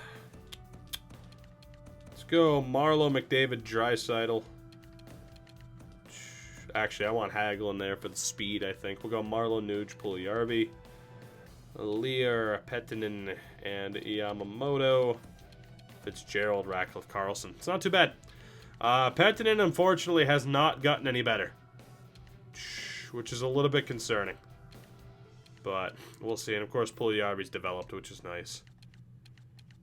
But we're looking a tiny bit better. I think the addition of Isaac Ratcliffe, who we got off of the free agent list because AI GMs are dumb, is quite helpful. Actually, the Flyers GM's probably been the worst in terms of managing the team. So we've benefited from that.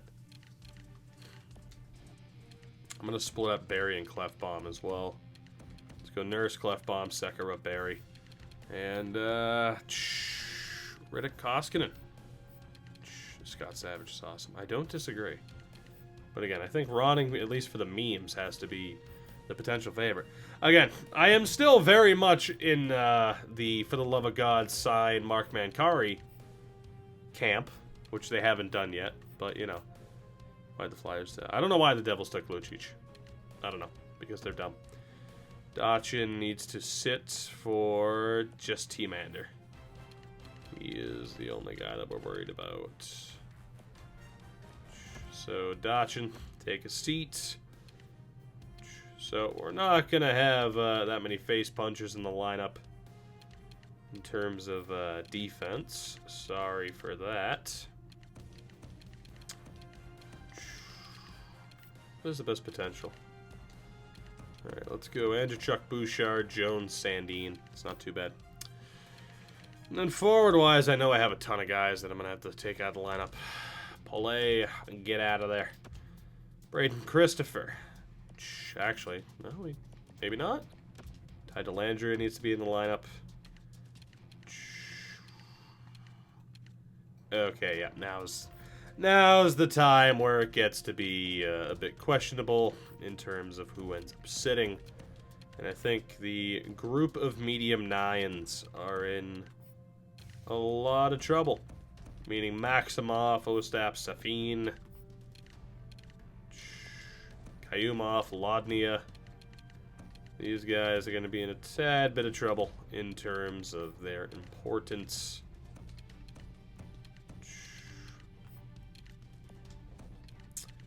Alright. So, it's going to be Kirill Maximov who gets scratched no matter what. Of course I saw the Muzzin trade. How would I not? How would I not have seen the Muzzin trade? You need to follow me on Twitter, dog. That's all you've opened yourself up to is criticism. Damn it. I feel bad for Dursey. You should. Just because you get drafted by your favorite team doesn't mean you're going to be there forever. And Olofsson at a low 6 needs to get into the lineup. Alright. So, Safin, Pitlick, McLeod, Olofsson, Kayamov, Benson, and Tessier might actually be down for Benson. And let's go with this little setup right here. Maybe. So many righties. There's so many righties. Let's have Suzuki actually on this side. Is Raska center? He is good. Who wants to be the center on that line? Tessier does. And who wants to be the center on the 4th line? Beautiful. Defense is perfect. I mean, say what you want. Bakersfield is looking pretty damn good. The NHL roster, it'll get there. Leaves a little bit to be desired, but we'll get to where we're going. Damn it. Shout out again to the wonderful people at Halls. You're great. Pay me. Please. Please. Oh, God. Alright.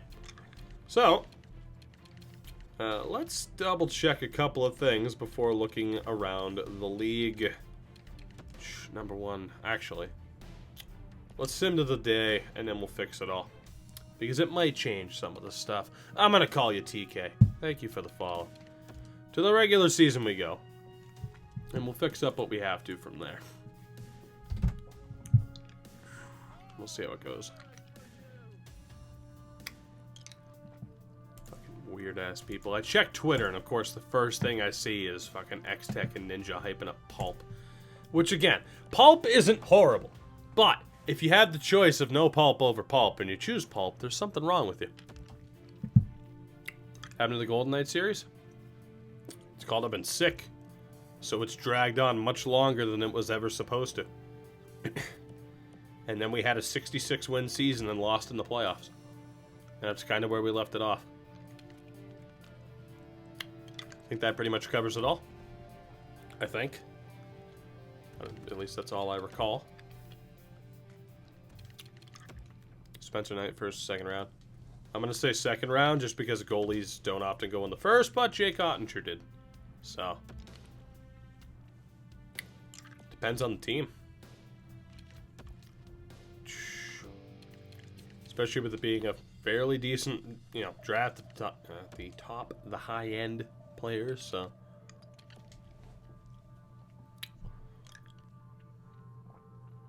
I'm asking, why'd you trade everyone? I didn't trade away everybody. Snipe, I think you're confused. I don't recall trading away everybody. I recall in one of the last episodes getting rid of defensemen that we had to get rid of because the morale system's on and it would have caused issues. I remember that. But in fairness, it has been a bit, so maybe I'm forgetting something. Maybe, possibly. NBC announced we're comparing Hart to Marty Brodeur and Luongo. Goddamn. Why do people like to overhype people? I don't get it. I don't get it. I really don't understand it. Nail Yakupov, he's gonna be great. Oh, he wasn't great. Let's shit on him. Like, well, no shit. You overhyped him. Of course he didn't pan out to what you were thinking he could have been. I don't like that culture of overhyping people. McDavid, Draisaitl, and Nuge. I mean, we need some defensive leadership. Draisaitl's losing the A. And we're going to give it to old Clefbaum. We need some defensive leadership. So does that. Just made it onto YouTube. You sure did. You sure did. Alright. I think we're good. Might set up our AHL captains for the hell of it. I did see it. The Jackets hired Martin St. Louis. Can't wait for Nasher to get a video with him. It's gonna happen. Strip McDavid of the sea. That's a terrible idea. Come on, man. Alright. Actually, you know what?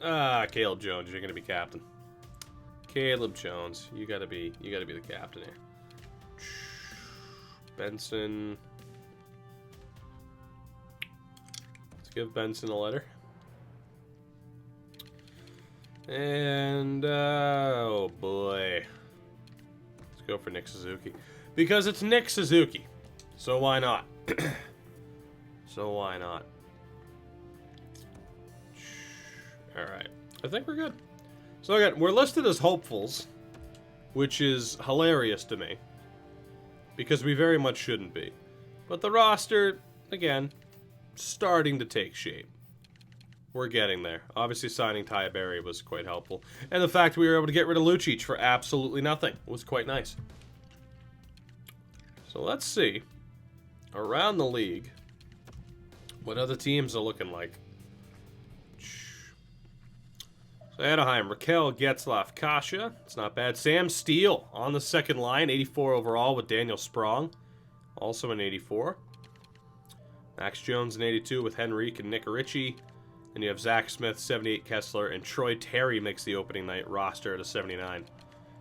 So, decent development for Kasha, Steele. 90 Lindholm with Fowler. Larson up to an 84 with Jared Spurgeon. Okay. Anyway, well, Jared Spurgeon. Can we see the Jared Spurgeon? There you go. 83 Manson with 84 Montour. It's not bad. Wise Hagelin on the top line. Speed. Gibson up to an 80 or 92. Aaron Dell. There's the backup. Scratches. Devin Shore, Remy Ellie, and why is Max Comtois scratch? 79. It's not a good idea. Maybe take Ryan Kessler out, Anaheim. Yeah, dicks. Arizona, Keller in 89, Schmaltz and Eberle. So we re-signed there. Galchenyuk makes it up to an 87. Stepan and Merkley. Dvorak in 82, Fisher in 84. And the fourth line, not bad. Adam Hawalka, Jens Luke, make it. Laurent Dauphin. OEL, 84 Chikrin. Their defense is pretty much what you would expect it to be. Michael Stone back in Arizona as well. So, I mean, you know, some development from the younger guys. Kemper and Ranta's up to an 88 as the starter. Hinostroza and Jordy Ben as the healthy scratches. What we got in Boston? Pasta's up to a 90. DeBrusk an 84. Donato an 81. Solaric a 79. Signed Michael Frolik. Trent Frederick, beautiful person, up to a 79. Forsbach Carlson an 80. McAvoy an 89. Carlo an 84. And Zaboral has made it. He's an 81. And Chara still in Boston, which is beautiful. Top shelf. Take it easy. Mike Condon, now the backup in Boston. Kill me. Miller, good old Jamel Smith, and Carl Soderberg back in Boston. Kill me. Yikes. Yikes. Buffalo. Buffalo. Buffalo. Buffalo. Eichel at a 92. Reinhardt an 86. Middlestad an 83 and Alex Nylander an 82. So they've had some decent development amongst their prospects. Rodriguez is an 81. Gagne. Jonas Donskoy. At that point, Tage Thompson only up to a 79. Dahlin's only an 87. Despite being high elite. Zadorov's an 86. He went second or third in the first year draft. Restored in 86, Jake Gardner. Brendan Goulet. up to an 84, and of course we traded them Adam Larson. That defense core is nasty. That is a really good 6. Have Hutton and Luukkonen in as the backup at an 81, 21 years old. Pajot, Stroman, McCabe. Buffalo could be pretty good this year. I am intrigued to see how good Buffalo could do. Carolina, Aho's a 90, Svechnikov is an 86. Capo Caco, of course, drafted by Carolina. 86 overall at 19. Martin Nakash is an 83. No other changes to their lineup really, aside from Julien Gauthier making it. It's an 80. Slave and Hamilton, Falk. Jake Bean up to an 82. Fleury and Brett Pesce. Darling rebounds to an 87. Again, why veteran goalies just develop into anything crazy, I don't know, but, you know, Robin Lehner is the backup. And they acquired Juuso Valimaki, who is a 79. Not bad. Not bad. Columbus, Panarin, still there. 90 Dubois. Milano in 82. Bjorkstrand in 84. And aside from that, their lineup's pretty much the same outside of Kalle Johansson, who was just taken 2nd overall. The defense, Werenski in 90. Jones in 89. Carlson in 83. Nudivara in 83. That Columbus lineup is pretty damn similar. Pretty damn similar. Bobrovsky still in goal with Korpisalo as the backup. Because again, this is the start of the 3rd season. It's pretty much the same roster you'd expect. Stenlund up to a 78. Calgary. Monahan in 91. Of course, they traded for Kreider, which is ridiculous. 91 Kachuk. Jonathan Dahlin, who they also acquired, is an 80. 83 Dubé. Reichel, Bennett, and Poirier. What a terrible 4th line. You would have thought this would be an amazing first line. No, it's just kind of an average 4th line. Hannafin up to an 85. Shillington and Anderson up to an 80. Mike Smith rebounds up to an 88. Georgiev a 79. Kuokkanen up to an 80 as a healthy scratch, which is not a good idea. 89 DeBrincat. 82 Strome. Alex 14 up to an 80. Dylan Sakura an 81. Kajula, Hayden, Dominic Cahoon an 80. Yoki Harju is the top-rated defenseman on Chicago at an 84. Carl Dahlstrom also improved, but that's rough. Let's sign Chris Tanev and play him with Brent Seabrook. It's going to work out. Crawford's still there. I mean, in fairness, like, Chicago, what are you doing? You have Chad, Chris, and Ian Mitchell, both there. Both ready to go, both still medium 4. Healthy scratches. For the love of God, get rid of Keith, get rid of Seabrook, make something happen. Like, I wish I could control them to make those trades right now. Colorado. Still ridiculous. Where's Boakfist? Not at the NHL level yet. Rantanen up to a 91, McKinnon a 92. You have 84 overall Jack Hughes.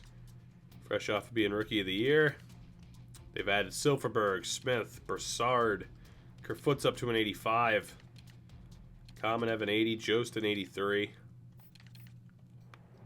Defense, they've added Schmidt. Sam Girard up to an 84. Cale Makar has made the roster. He's an 82 overall. 21 years old. And also Nick Mellock has made the roster.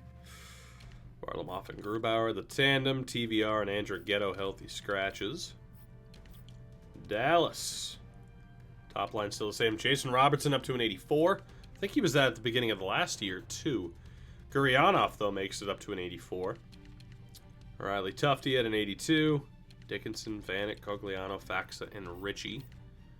Heiskanen up to an 89, same as Klingberg.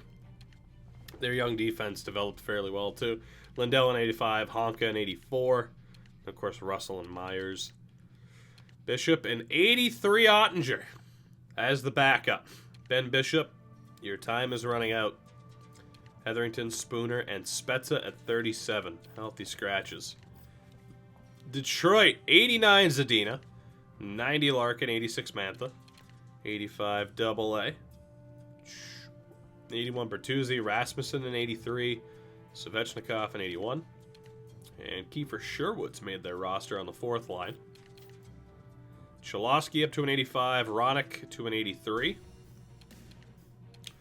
Aside from that, Billy Sariarvi, only other prospect to make it. Goalies, Bernier and Hunter Jones. That is a sign of terrible depth management that Hunter Jones is being rushed to the NHL level. Turgeon, Helm, and Hainsey. I do wonder if they're in a little bit of cap hell, if they're having to rely on Hunter Jones, or if the AI is just dumb and stupid, which is likely. Florida, 90 Barkov. Jumbo Joe still there. Third line, though, 83 Borgstrom, 80 Tippett. Also got Heponiemi at an 81. Ekblad up to an 89. Matheson, an 83. Jensen, Gudis. Goalie is 82 Luongo, 81 Reimer. It'll never end. It'll never end. I wonder how Caden Fulcher fared last season. That's a good question. Los Angeles.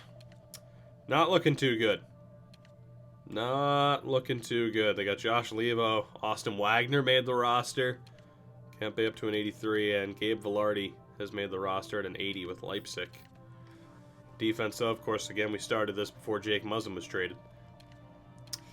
Ilya Lyubushkin, Alex Lintuniemi. That is not a very good team. Quick and Jack Campbell still the tandem. Brad Morrison and the Flipper. Healthy scratches. Minnesota, Parise still killing it. Granlund doing well. Kaprizov has been signed and is the top line right wing. 80 overall, though. Zucker, Rask, Greenway up to an 82. Kunin an 83. Eriksson Ek also an 83. Defense, 90 Dumba. Philip Johansson up to an 82. Pelpedio is 79.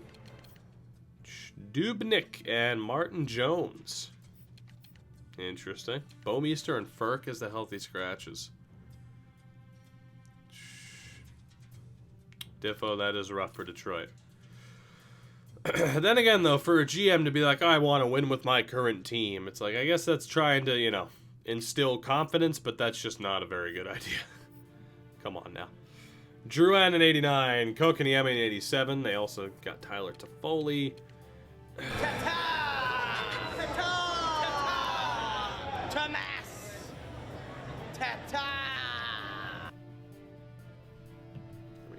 As is tradition. Domi, Gallagher, Philip Deno, Vasily Podkolzin, who they also ended up with as an 81. Lehkonen, Hunter Shinkarik, and Mike McCarron on the fourth line.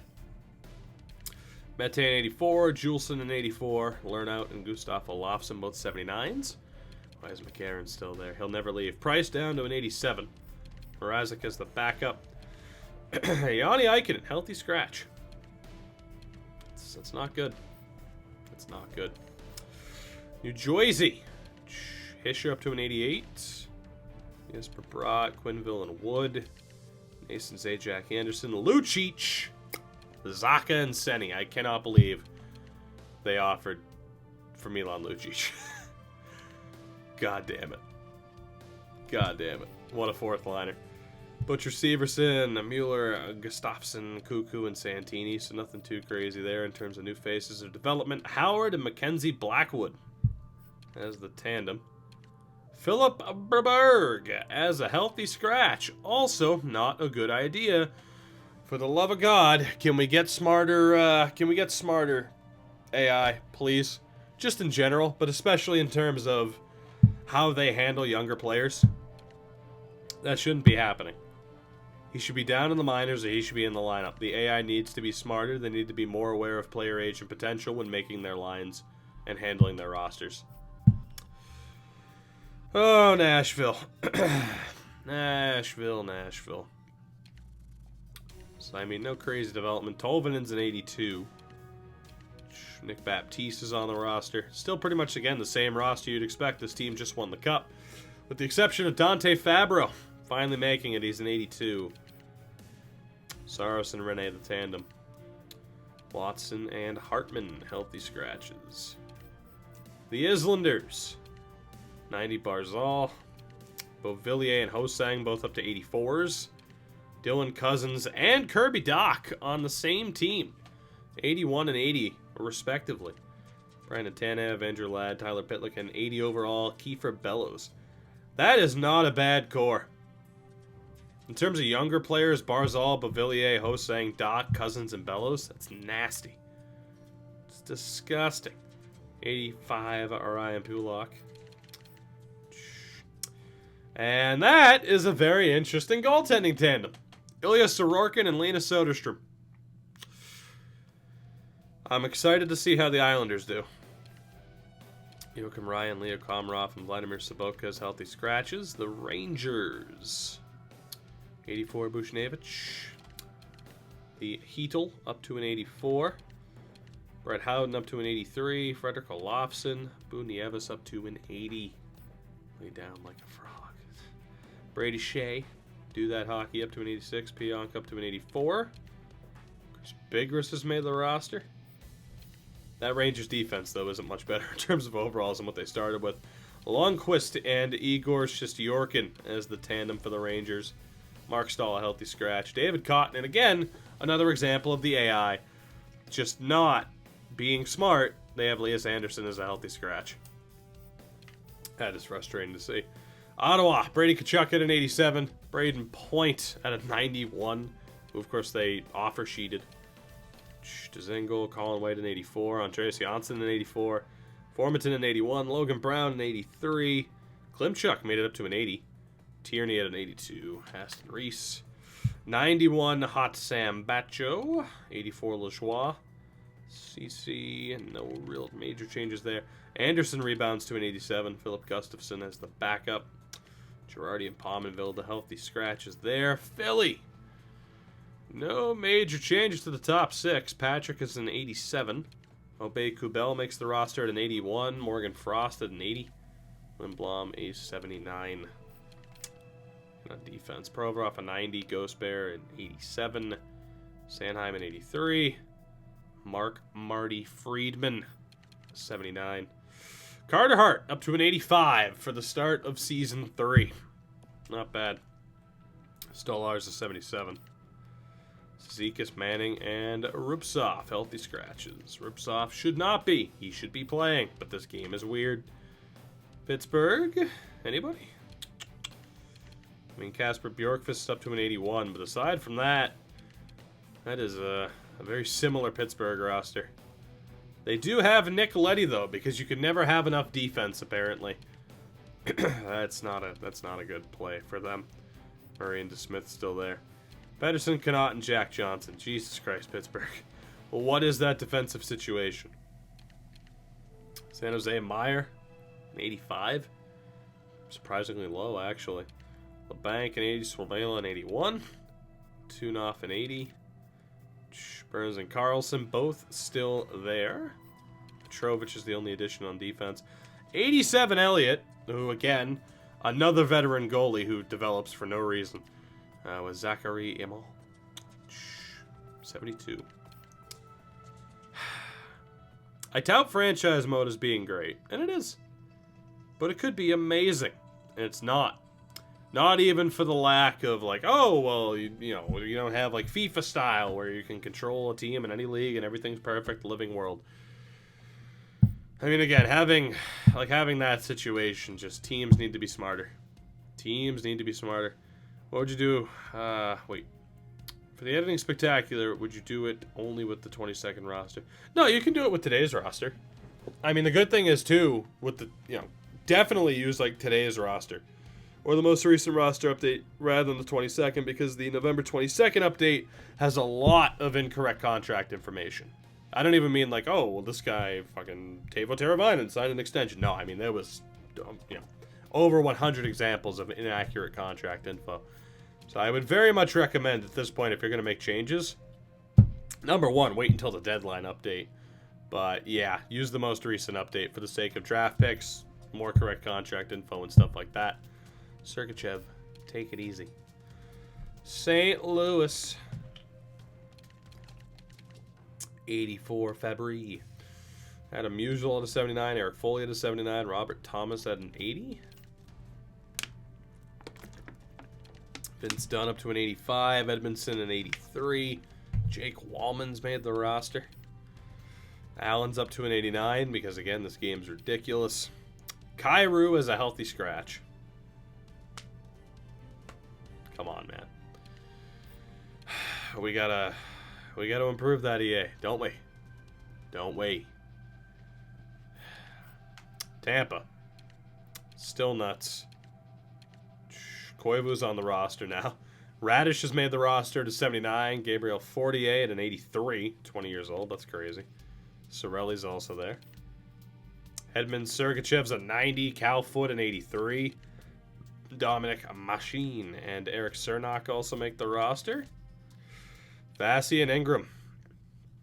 Ingram up to an 83, which is nuts for Hagee, and Ben Thomas as the healthy scratches. Chirana. 90 Marner, 91 Matthews, 91 Nylander. They, of course, traded for Jeff Skinner. They still have Tavares there. 83 Jeremy Bracco. 81 Grunstrom. 84 Kasperi Kapanen. Chason, Larson, and Weiss. Defensively, 91 Riley with 84 Dermotts. Bogdan Kislevich and Nikita Zaitsev, the KHL special. And Liljegren's made the roster. Third pairing with Hunwick at a 78. As I drop the controller. Goalers, Anderson and Olmark. Healthy scratches of Raffel, Hyman, and Adam Tambellini. That offense is disgusting. Vancouver, the Couve. Berechki, 90 Pedersen, 91 Besser. Horvat, Duchesne, and Goldobin. Which is nuts. Absolutely nuts. Gaudette's made the roster to 79. Who we got on defense? Who do we got? Olli Levy at an 82. Of course, they signed Shattenkirk. Pouliot and Stetcher up to 81s. And there is your goaltending tandem. Perhaps not surprising. Michael DiPietro at an 84. That might be surprising. But yeah, Thatcher Demko at an 82. Damn. Again, DiPietro's development's insane. I don't know why he went from like a 67, 68 to an 84. Where is Quinn Hughes? Not on the roster yet. He hasn't made it yet. Either unsigned or in Utica. Vegas with Alexi. Oh, Jesus Christ. So Marchessault, Carlson, Pacioretty at straight 87s.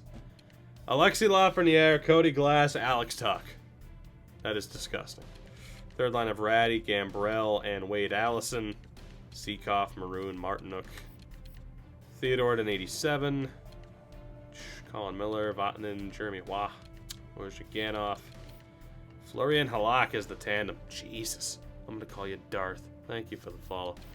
Lindbergh, Braunstrom at a 79 being a healthy scratch. Probably not smart, but still, that Vegas team's pretty good. Winnipeg, 90 Line, a 92 Scheifele, 91 Wheeler. Ellers and Connor both at an 86. Vesalainen at an 82. Trouba an 86. Morrissey an 85. Sami Niku. Nelson Nigier. Eric Comrie up to an 80. Kopp, Appleton, and Spacek as the healthy scratches. And Washing Machine. Ovi's still there. Burakovsky up to an 85. Wilson up to an 87. Which is nuts. Vrana an 84.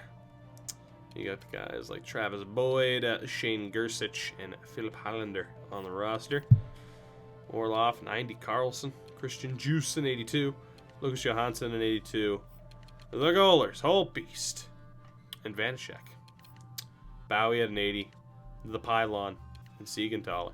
So probably not smart, healthy scratches for development, but damn. There were some really strong teams, but the biggest takeaway, of course, is that, wow, the AI just sucks. The AI sucks so badly when it comes to, balancing out their team rosters. Oh, shit, that's not what I wanted to do. Oh, boy. Halls Breezers. Sponsor me, please. Oh, we need another one. We need another one. I'm feeling it a little bit, man.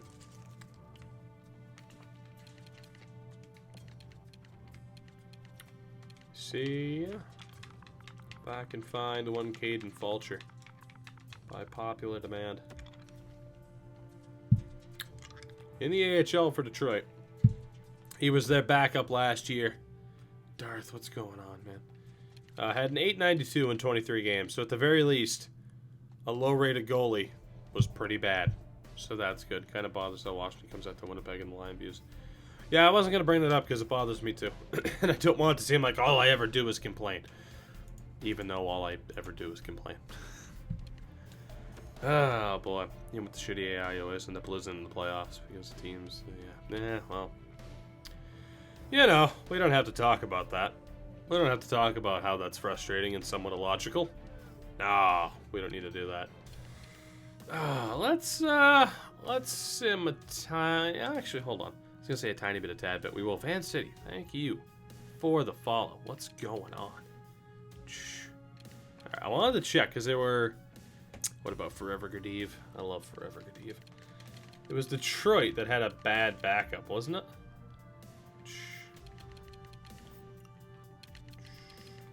Let's see, yeah. Okay, so they signed Nold and Koskinen for no reason. That needs to be better. That just needs to be better. I'm sorry. There is no reason to hand them their ELCs when they're that low of an overall. Like, they need to work on that just to make that better. Like I said, like, it should be built in that the AI, you know, has, like, oh, okay, someone who's, like, closer to a 70, like a 68 and up, would be the ones who would really benefit from playing in the AHL and developing their game. Not like a 50, you know? BBG, I mean, me having control of this team for 5 minutes is an improvement upon what they've had. So, yes. But otherwise, slow and steady approach. Holy mother of goaltending contracts. That's one way to put it. We just lost 9-3. I don't know whether to blame Koskinen or Riddick. Either or. As, of course, I just am going to stick with them for our goaltending tandem, because why would I not? Why would I not? It makes sense to. Believe it. It makes sense to. At least until Spencer Knight's ready. Defense. Dachin. You need to sit for Mr. Zane Andrzejczyk, who we will continue to try and develop.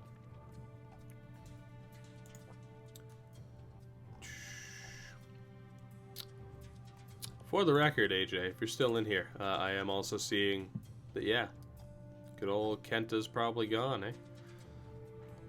Just nuts. Not unsurprising, but still, double Agent Riddick against the Flames. I was thinking the same thing, as we are dealing with nothing but injuries to start the season, so that's good. EA having intelligent AI is asking for too much. I mean, I'm at least trying to cut them some slack by saying, hey, I don't expect the intelligent AI in gameplay, just at least give it to me within franchise. Hasn't happened yet. Hasn't happened yet. Jesus Christ alive, the injuries right now.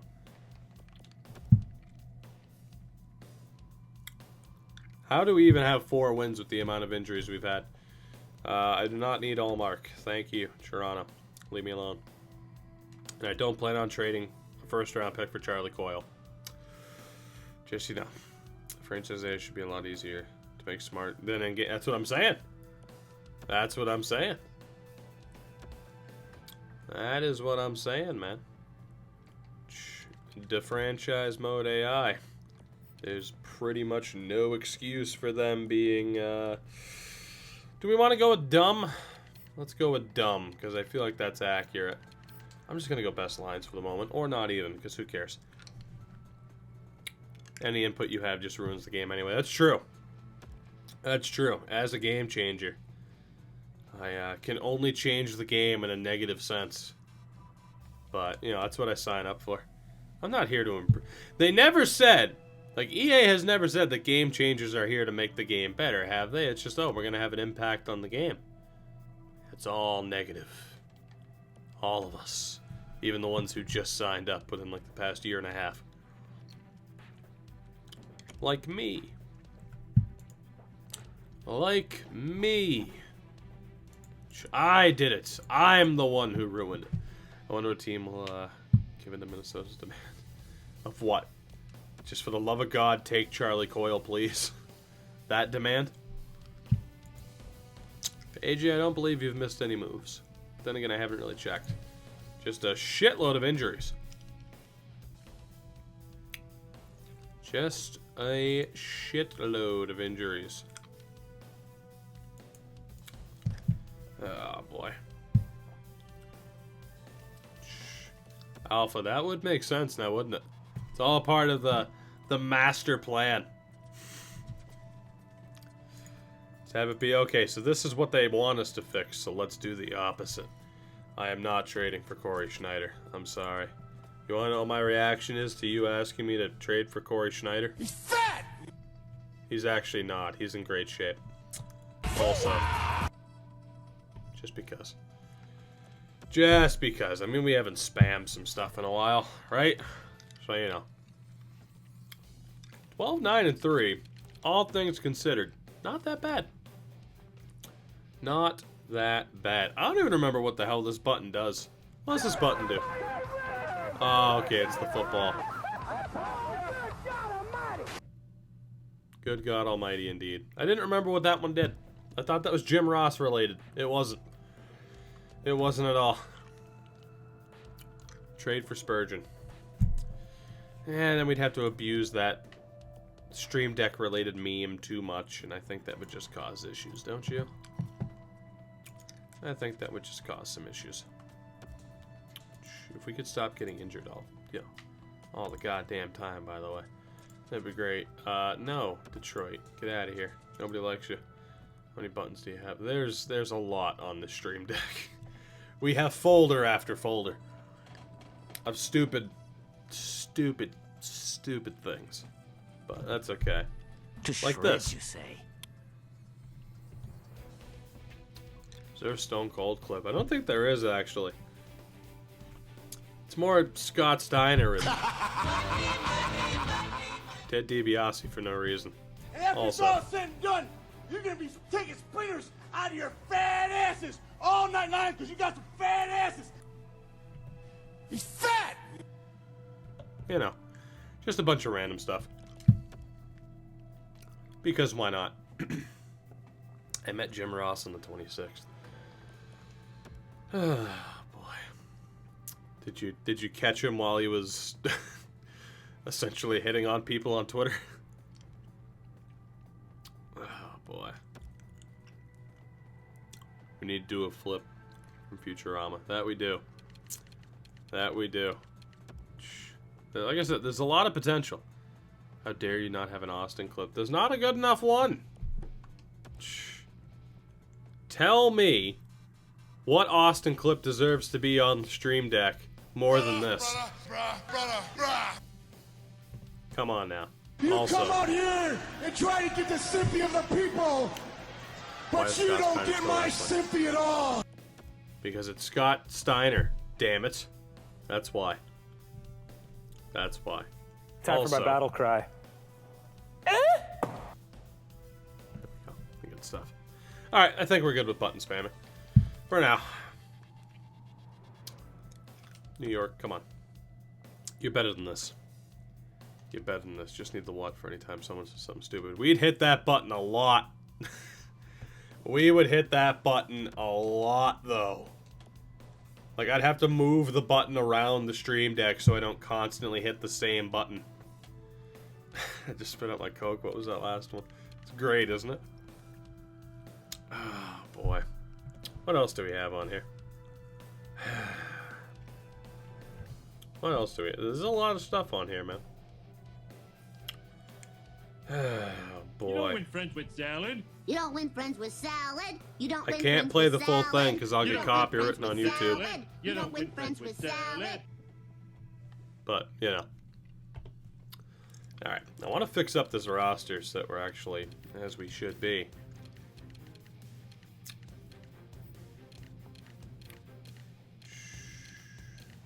Okay, Kyler, back to the third line with you.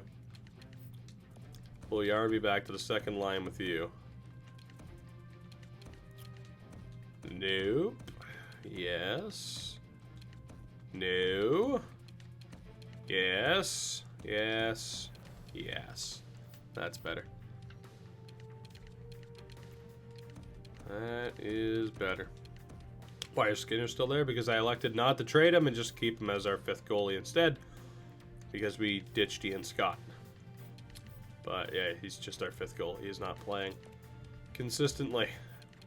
That space goes to Rodrigue and Spencer Knight. Thoughts on the Muzzin trade? Good for both teams. Otherwise, the jury's out. Don't know what the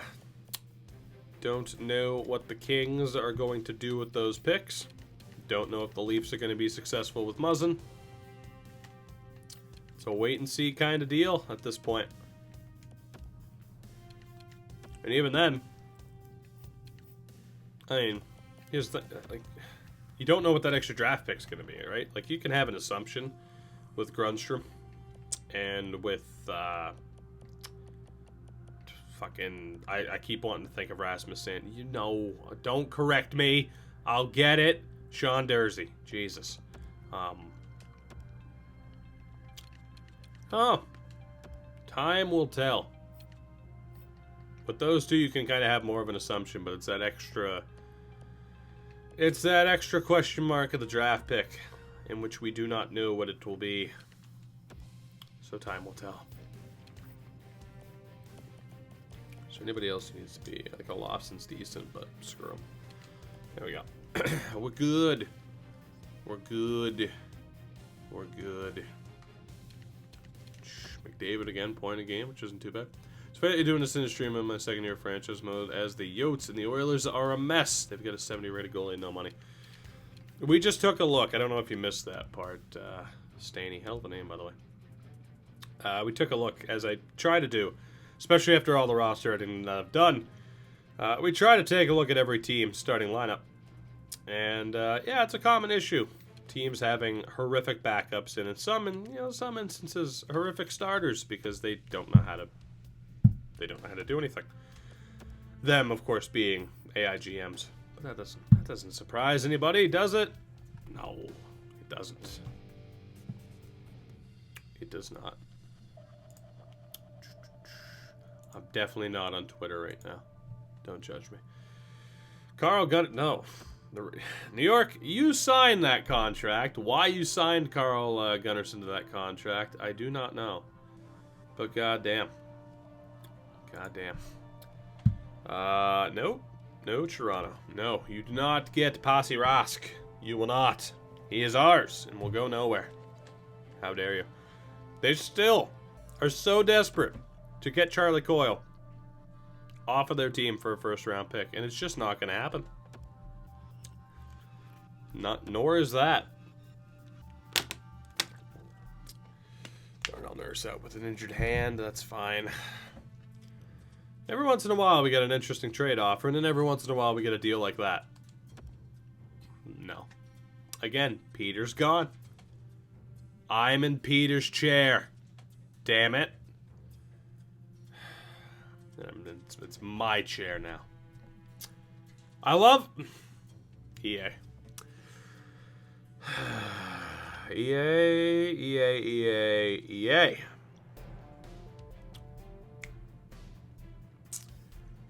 A few days ago, they offered me Vlasic straight up for a first. I said no. They respond by saying, okay, how about you give us more?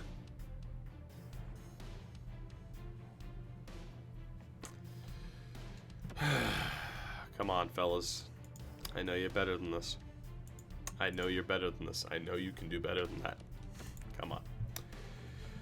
Oh, I know you can do better than that. We threw out Petey's squeaky chair. That's true. That is true. Squeaky chair. R.I.P. R.I.P. to the squeaky chair. It had to go, though. It was time. The main reason it had to go, of course, is there was a broken wheel, so I could literally just lean this way and slam my head into the wall. So, they're just playing mind games. Maybe they thought the deal was them adding a third-round pick, right? So, Just doing those all mental gymnastics, trying to make it work for him. Let's just go best lines again, man. The injuries are out of control. The injuries are out of control. Shit's crazy. Shit's crazy. Alright, let's go best lines again.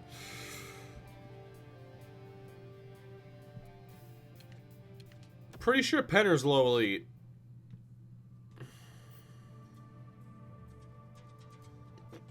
Holy shit. What was Ralph Penner at? Okay, no. Hold on a second here. Time out, Team Art. Time the fuck out. Stop simming. Thank you. Ralph Penner. Fucking... Somebody test that man for steroids, please. Or just spit everywhere, but that's okay. He had to have gone up by at least like 12 overall points. Unless I sorted something the wrong way earlier, he has gone up by at least 12 overall points. To the player morale or progress. Nope. Oh, God, menu lag. You're so bad. You're so bad sometimes. Why? Why must you? Why must you hurt me like this? Why must you hurt me so? Let's see. In the system.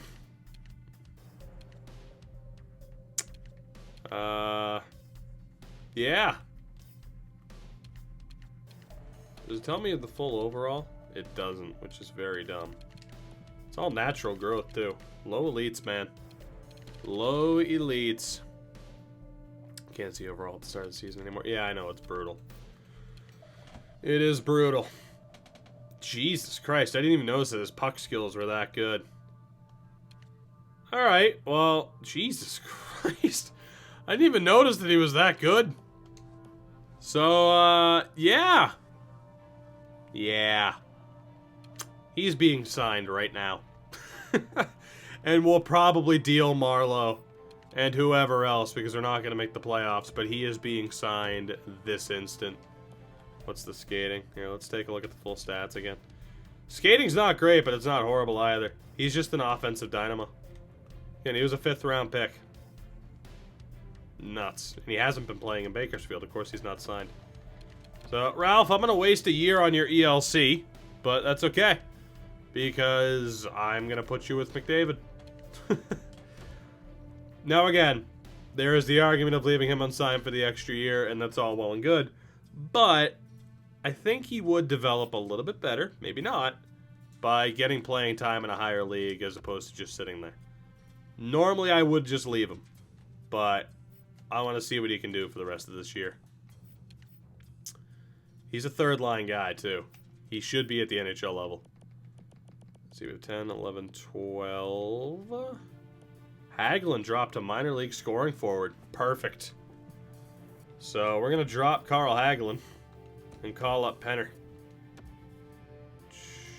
Hagelin wasn't even claimed, so I'm going to bump him back up. Or not. Oh, we'd be over the limit because of goalies. That's fine. Fixing the Oilers. Indeed. And it's going quite well. Because of ridiculousness. Smoot! I mean, it could all be a master plan to just deal all the best players to Anaheim for you. I don't know. Time will tell. Alright, so Coleman there is a healthy scratch. So Kyler on the third line. It puts him with McDavid by default. Also, Puljujärvi, still a second-line guy despite being an 89, which is very weird. So we're going to go Draisaitl, McDavid, and Penner for the rest of the year. Who has the better shot between Draisaitl and Penner? Okay, it is Draisaitl, as you'd expect. But still. Alright, second line is still going to be Marlowe, Nuge, Puljujärvi. Until we probably deal Marlowe. And again, let's go with Lear, Pettinen, and Kyler Yamamoto. It's not bad. Slow and steady, too, without necessarily cheesing the AI to get this done. Which I'm proud of. Alright, and again, I am going to have to fix up the AHL. I'm going to leave the AHL as is until we get to the deadline, which is in a few days. But Penner, welcome aboard. And we'll see what you can do, playing next to Connor McDavid and Leon Draisaitl, the second you debut. So a week until the deadline. We'll see what other teams have done, and then maybe move guys like Marleau. Probably sell before the deadline, or, you know, because we're not going to make it. Although draft pick-wise, we're already looking good, too. So, I'm feeling good about this. Not about the fact that we've, you know, lost our last 2 games, but, you know, that's okay. There we go. We beat Arizona. It's 28, 26, and 9. In terms of the playoffs, we are only 3 points out. Maybe we don't sell. Maybe we don't sell. We do have extra draft picks this year. We have the Columbus first and the Buffalo first as well. And I mean, again, goaltending-wise, Rodrigo Knight in the system. Defensively, Andrzejczyk in the system. Kaminsky, Sandin, Bouchard, of course. And then we signed Ty Berry, who was coming off of a Norris win. And then you see some of the forwards as well. We're looking good. We're looking really good. And this is what, season 3? And holy shit. If I'm wrong, $5 to me. Let's hope you're wrong. Because you could buy me another bag of Hall's Breezers. They're great. Take my word for it. Take my word for it. Looking pretty good for only a couple years in. Like I said, without cheesing the AI too, like, I let the AI come to me for offers on guys like Russell and Lucic. I didn't just trade them away on my own, so we got a little bit lucky. So the big question is here, whether or not we move a guy like Marleau. I suppose that would depend. Oh, by the way, Penner. 3 points in 3 games. Point a game. Ralph Penner. Your favorite, mine. Channel legend, Ralph Penner. Let me double check the trade value of anybody that we'd consider moving. Ugh.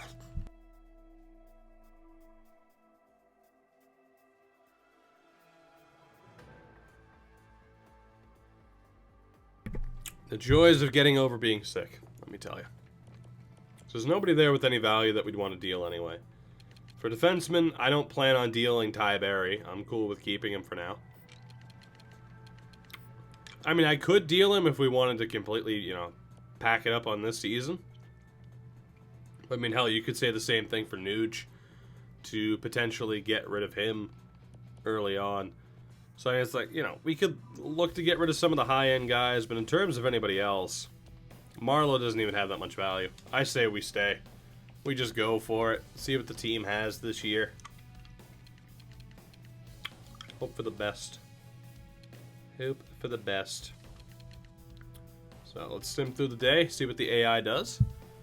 I didn't even see Penner's value. I'm going to guess it was low, though, because it's low elite. Dustin Penner's son, or so we say. Pancakes Jr. Vlasic to Colorado for 2 second-round picks and the defensive prospect Nickel, who's computer-generated. Ryder Donovan and Mark Barberio for Lyubushkin, 3rd and 4th. Allmark in a 3rd for Pascal LeBurge and Andy McDonald to Tirana. Fucking pigeon. AZ, you're the man. You're the man. I haven't seen that alert in too long. Oh, God. Kevin Hayes to Minnesota for a 1st, basically. Beaulieu, 2nd and a 3rd for Soderstrom and a 3rd. LA somehow gets a 2nd-round pick for Iafallo and forward. Actually, that's relatively fair. There's no major deals outside of probably like Kevin Hayes. And Vlasic, for that matter. Alright. I think we move forward. I think we do it. Easy. It's all good. It's all good. The only thing I need to do is, again, fix up the AHL because it's a bit of a disaster in terms of high-end prospects being scratched. But when you deal with as many injuries as we do, this happens. Oh, Halls. What a product. What a product. The bot says, the bot demands emote spam and the people go silent. Take that, bot. It's what you get. You don't get to lead the way. You don't get to just decide. People spam emotes when they want to. If we make the playoffs with David Riddick as our starter, we'll be the 2019 Calgary Flames. Alright, let's go to the first of the month. To the first. Because it's 2:30 already. Jesus Christ. And Yamamoto gets hurt because this team cannot stay healthy. Which is ridiculous. Is there a background to that pitching kid? I don't know. It's just, you know, just straightforward shit talking is what we'll call it. Just having a little bit of fun, I guess. So many injuries. Oh my god. There's no way we make the playoffs with this amount of injuries.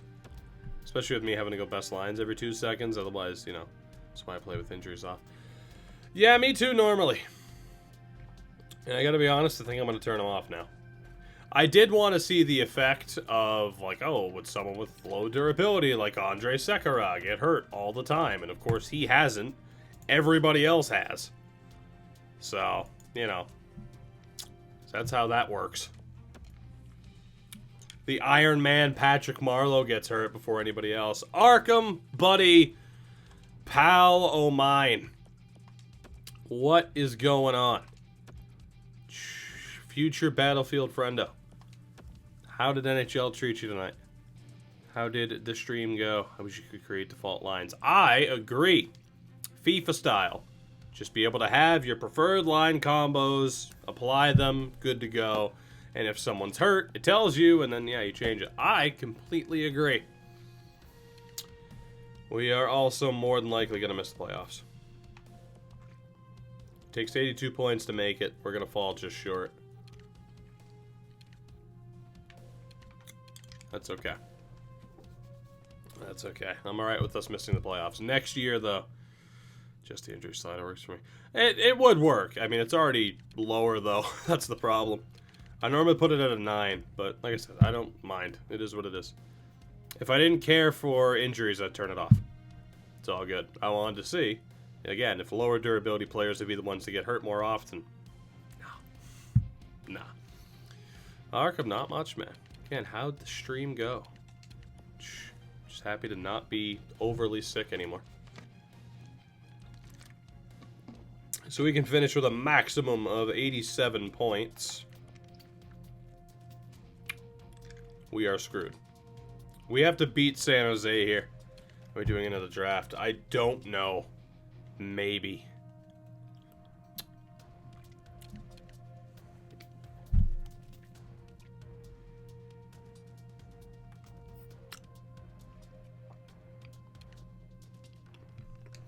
What an absolute beast. What an absolute beast. Absolutely ridiculous. Ralph Penner. Do you believe in miracles? Well, you should, because Ralph Penner exists. Ralph goddamn Penner. A hero to us all. A hero to us all. Let's see if we can go the final few games of a season without a major injury. That would be nice. And for next season, injuries will probably be off because I don't have time for this shit. If you're gonna have Patrick Marleau get hurt over Andrei Sekera, then I just can't be bothered. But like I said, it was at least worth screwing around with after all the roster editing. I didn't want to hit Evan Bouchard. Thank you, Jake Dotchin. Good old Jake Dotchin. Tamander. There you go. All right, let's see if we can avoid injury. So, we need to beat San Jose to have a chance. If we lose, it's over. It's over. OVA. Over. And even if we beat them, it's still probably over. 6-5 in a shootout. I'm pretty sure that point guarantees that we're out. So that's bittersweet. And then we lose to Colorado. So, year 3. Definitely not making the playoffs still. But you can't say that it wasn't a promising season. Because it absolutely was. We need to sim one more day. Get everybody up to 82. There we go. So let's see how Season 3 played out, shall we? So Arizona, Calgary, and San Jose, Anaheim just misses. It was a pretty close race. Central is Nashville, Jesus Christ, Chicago, Colorado, Minnesota, and Dallas. Atlantic, Toronto, Florida, Boston, Buffalo. Tampa is out, which is shocking because they still had a really good roster. Actually, let's go back here. Were there any surprising teams in terms of goaltending? I don't think so. I thought Vegas would be much better than they were. And Vancouver, for that matter, with that top line, which was disgusting. Winnipeg missing out as well is disgraceful with how good their roster is. Again, Tampa missing, Ottawa, Montreal. Even Detroit. Even Detroit doesn't have an excuse to miss with how good their roster is. The Metro, Rangers, Hurricanes, Penguins, and Caps. The Blue Jackets, no excuse to miss. You had less points than all the Central teams.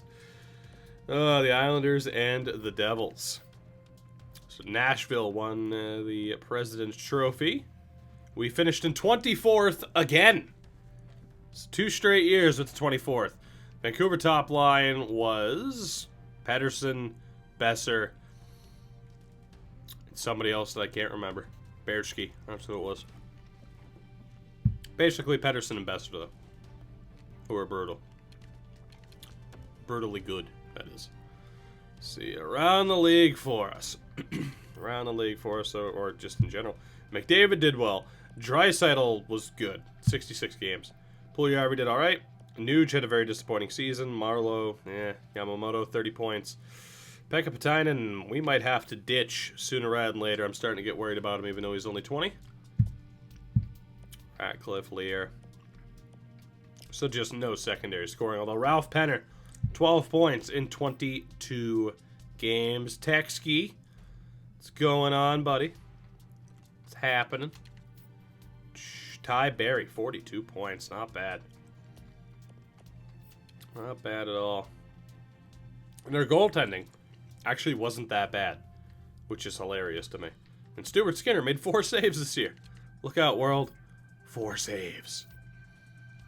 In the AHL, Rem Pitlick killed it. That's about it.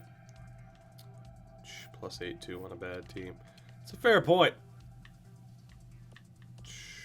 Some of the plus minuses are a little bit surprising. Alright. Let's see. Around the league. Alex Ovechkin killed it again. 63 goddamn goals. Patty Kay and Jack Eichel and Ovechkin, the only players to break 90 points. You also had Taves, Besser, Marchand, Patterson, DeBrincat, and Kessel up there. In terms of goal scoring, no other player broke 50. Ovi broke 60. And only 5 players hit 40. Including your Connor McDavid. Penalty minute king, not Borowiecki. Kyle Clifford this year. If Eichel gets 96 points in a season, I'd cry. Rightfully so. Rightfully so. Goalers. Let's see. Save percentages is still a bit too high. Mike Smith, top starter. Above Vasi, Matt Murray, Ranta. We gotta tune that just a little bit, don't you think? Rookie race. It is anybody's ball game between Kirill Kaprizov and Alexis Lafreniere. Will the game factor in Lafreniere having played 1 less game, but also being a minus 15 compared to the plus 3? Will it factor in Kaprizov having 4 more goals? I don't know who's going to win the caller on that one. I think it might be Kaprizov. Because I don't believe there'll be a rookie goalie who would have played enough games, although maybe not. Carter Hart was technically a rookie. So was Sorokin, but he was terrible. 4 more goals on 100 more shots. I think it's going to go to Kaprizov. It should probably go to Lafreniere, though. Probably. And for the record, was Detroit one of the teams that was screwed up? Yeah. Hunter Jones did okay. Alright, so we know we're not a playoff team for the second season. Third season, actually. After tanking in year 1. Let's move forward here. NHL 15 menu music. Yeah, I know, Tex. Yeah, I gotta do it, though. I gotta do it. I'm throwing this up on YouTube, too. I got no choice.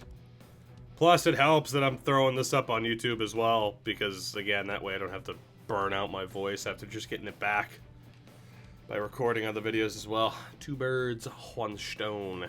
You know? You know the deal? Oh, God. Progress reports.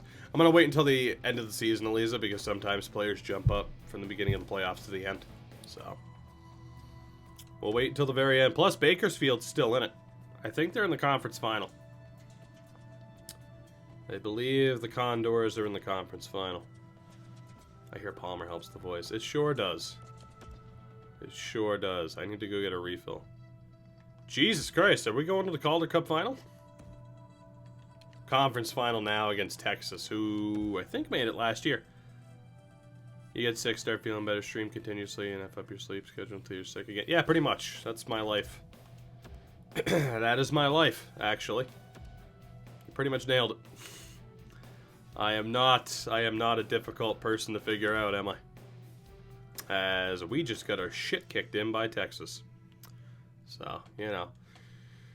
Everyone fire your pistols in the air and salute at the Texas Stars. Back to focusing on the draft. More importantly, the lottery. Sim to draft. Sim to draft. Shout out to Bakersfield, though. San Jose and Washington in the Stanley Cup Final, by the way. And Washington wins it with the Amherst taking home the Calder Cup.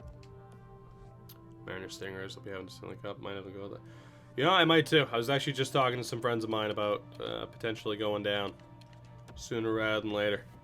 So, because we normally use either my birthday in February or my friend's birthday in March as an excuse. Or at least we used to when the Pirates were here. Took 7 games. I'm going to let you guys look over that really quickly. I need to go get some Palmer. Flat out. Because my voice is feeling it. So I'll be right back. And for those of you on the YouTube side of things watching this afterwards, you're fucked. I don't know what to tell you.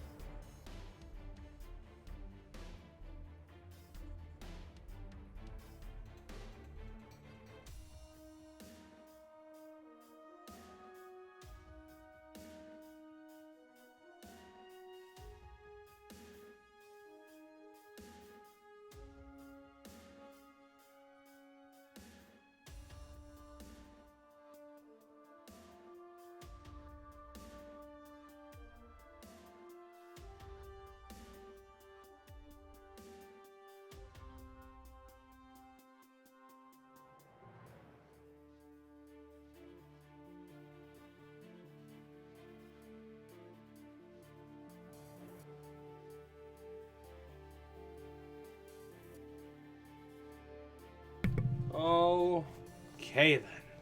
We're good. All hail the chair. All hail the chair, indeed. Ah, God, the Palmer. The beverage. The nectar of the goods. This is amazing music. I can't handle the intensity. Well, you know.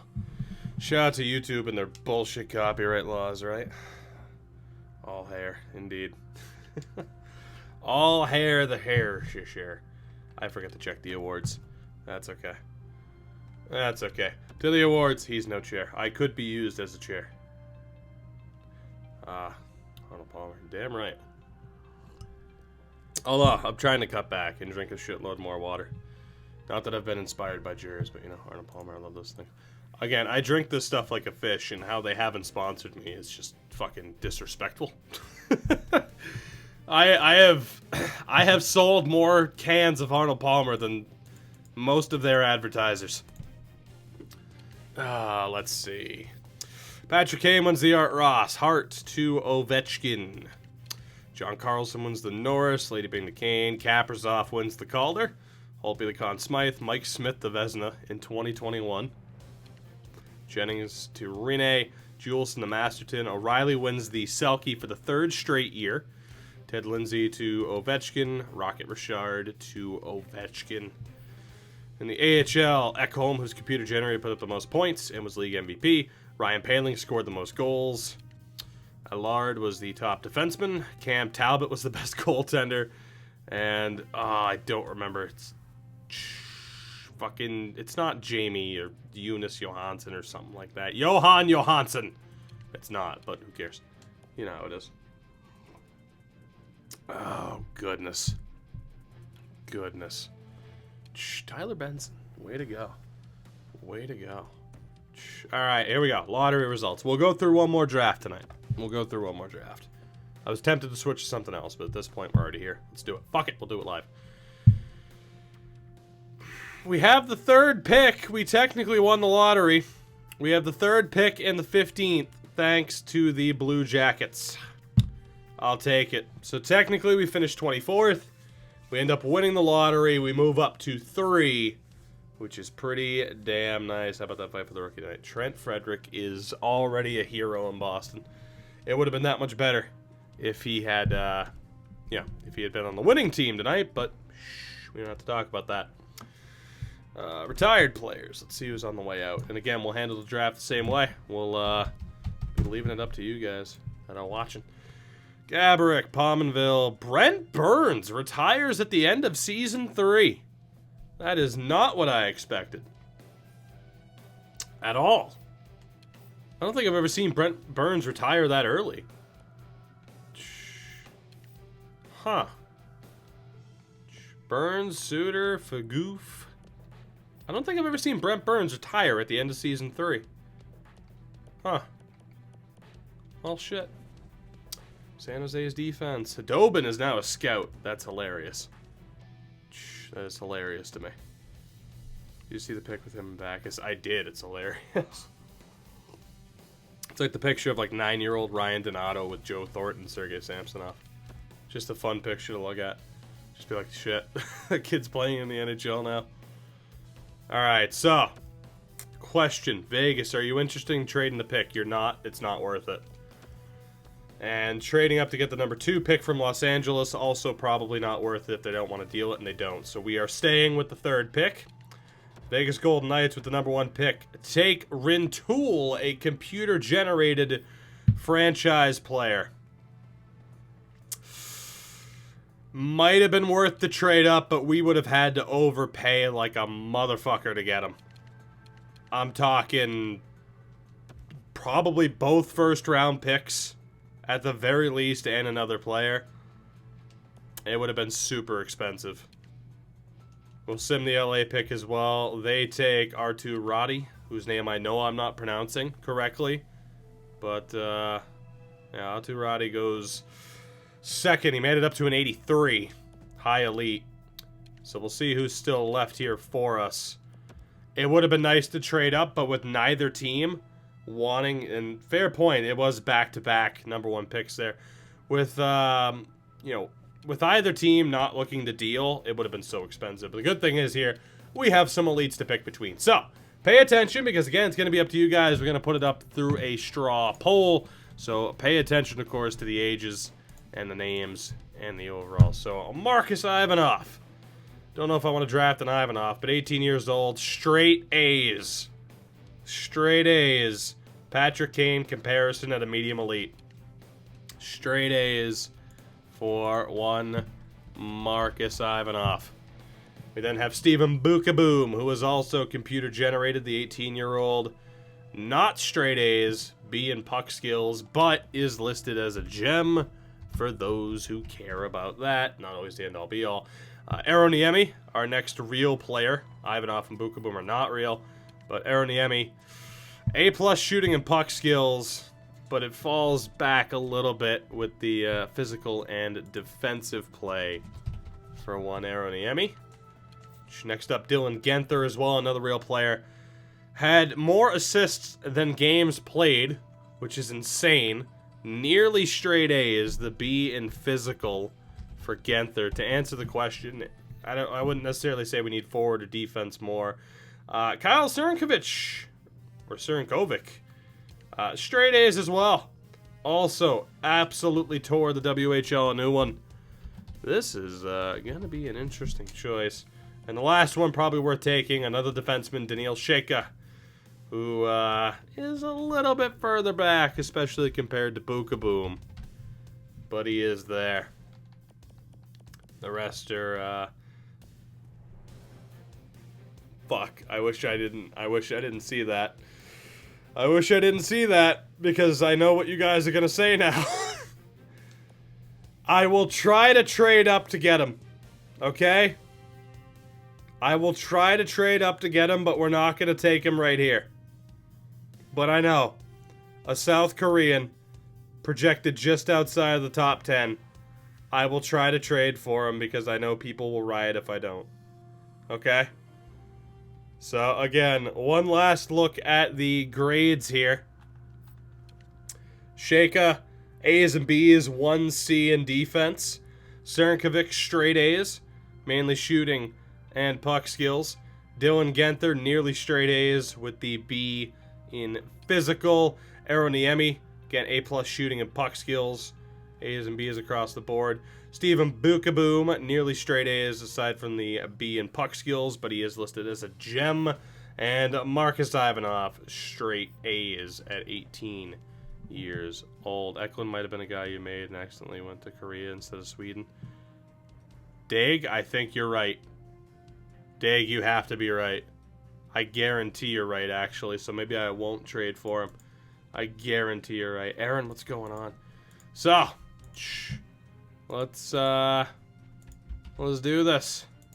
Let's see how this poll goes. It's up to you fine, lovely, beautiful people even. What player are we taking here with this pick?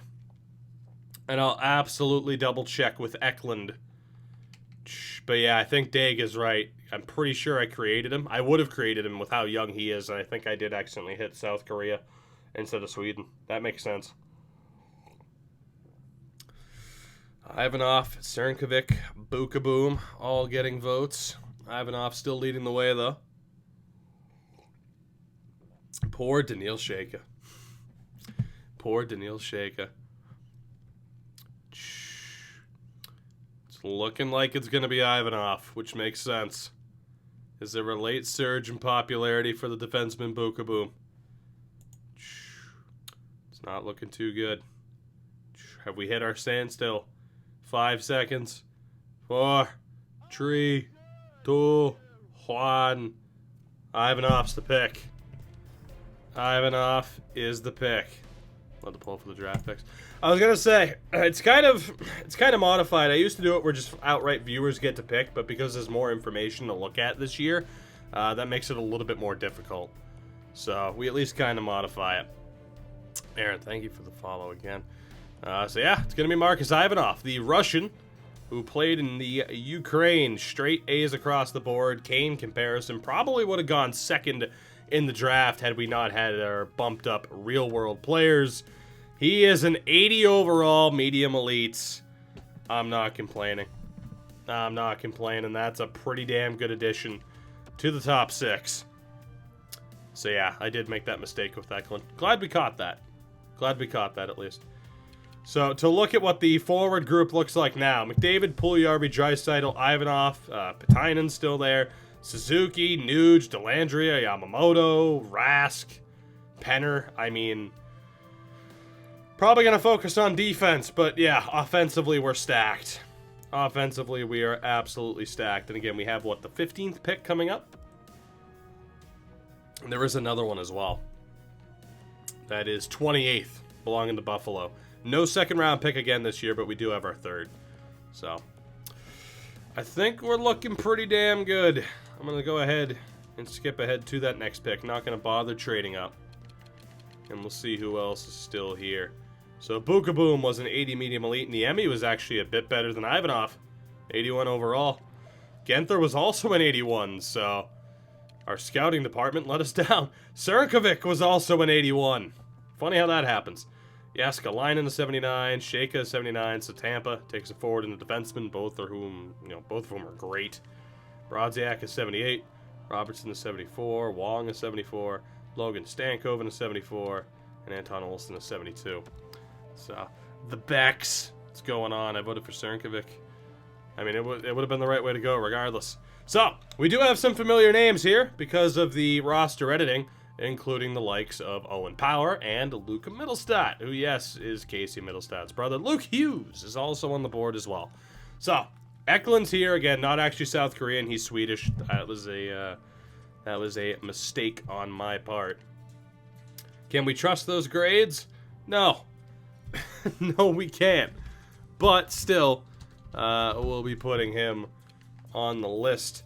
Peter Reynolds, we have no info on, and I honestly don't remember how good I made him.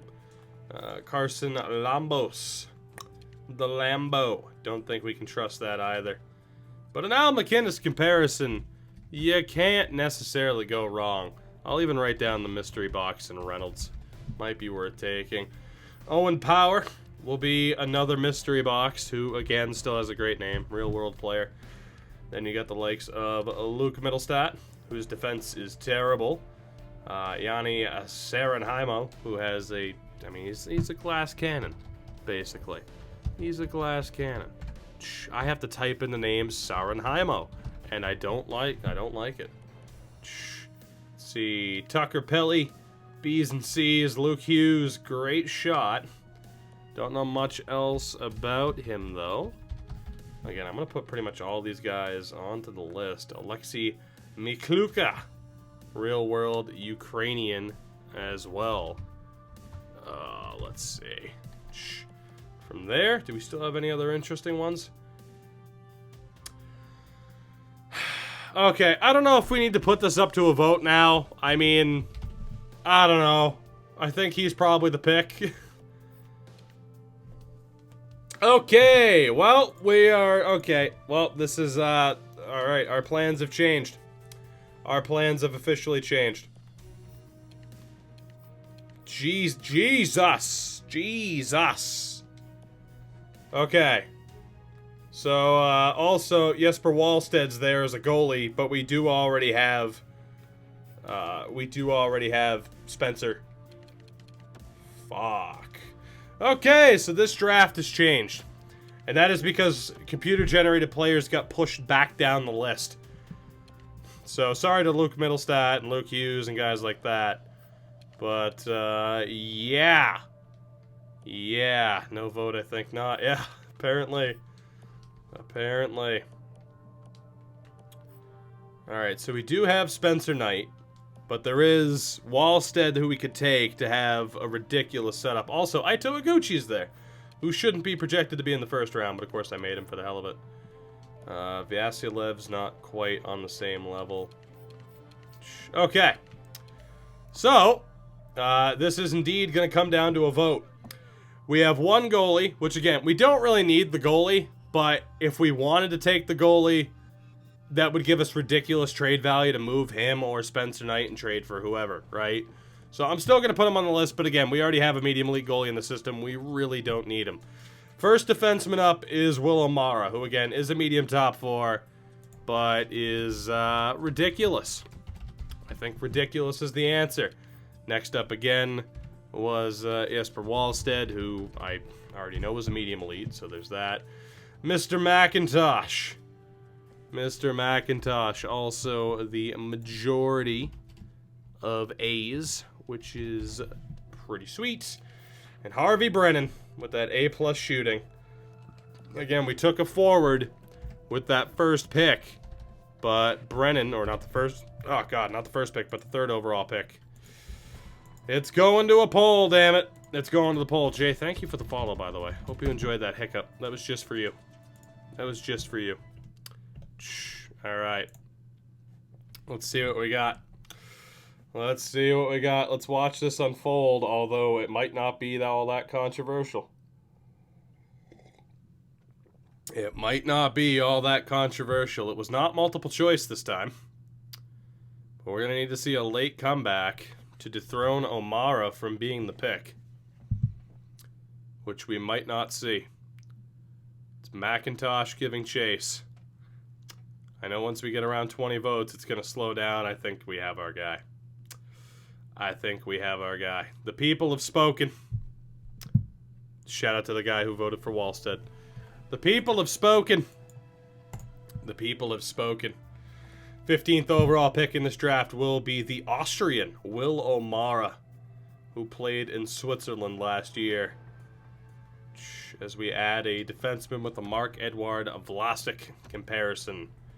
He is a 77. 77 overall to start at 18 years old. That is nuts. That is nuts and one hell of a pickup. Now, unfortunately, the thought of trading up to add even more players from this part of the draft, I just don't think is going to happen. Again, we do have the 28th pick, but aside from that, draft picks are a little bit weak, and we don't necessarily have anybody to flip. So, I'd say we're looking okay. Overall, 2 more major additions to this team, and we still have 1 more pick coming. 28th pick of Gucci. He might be off the board. So Eklund was a 74.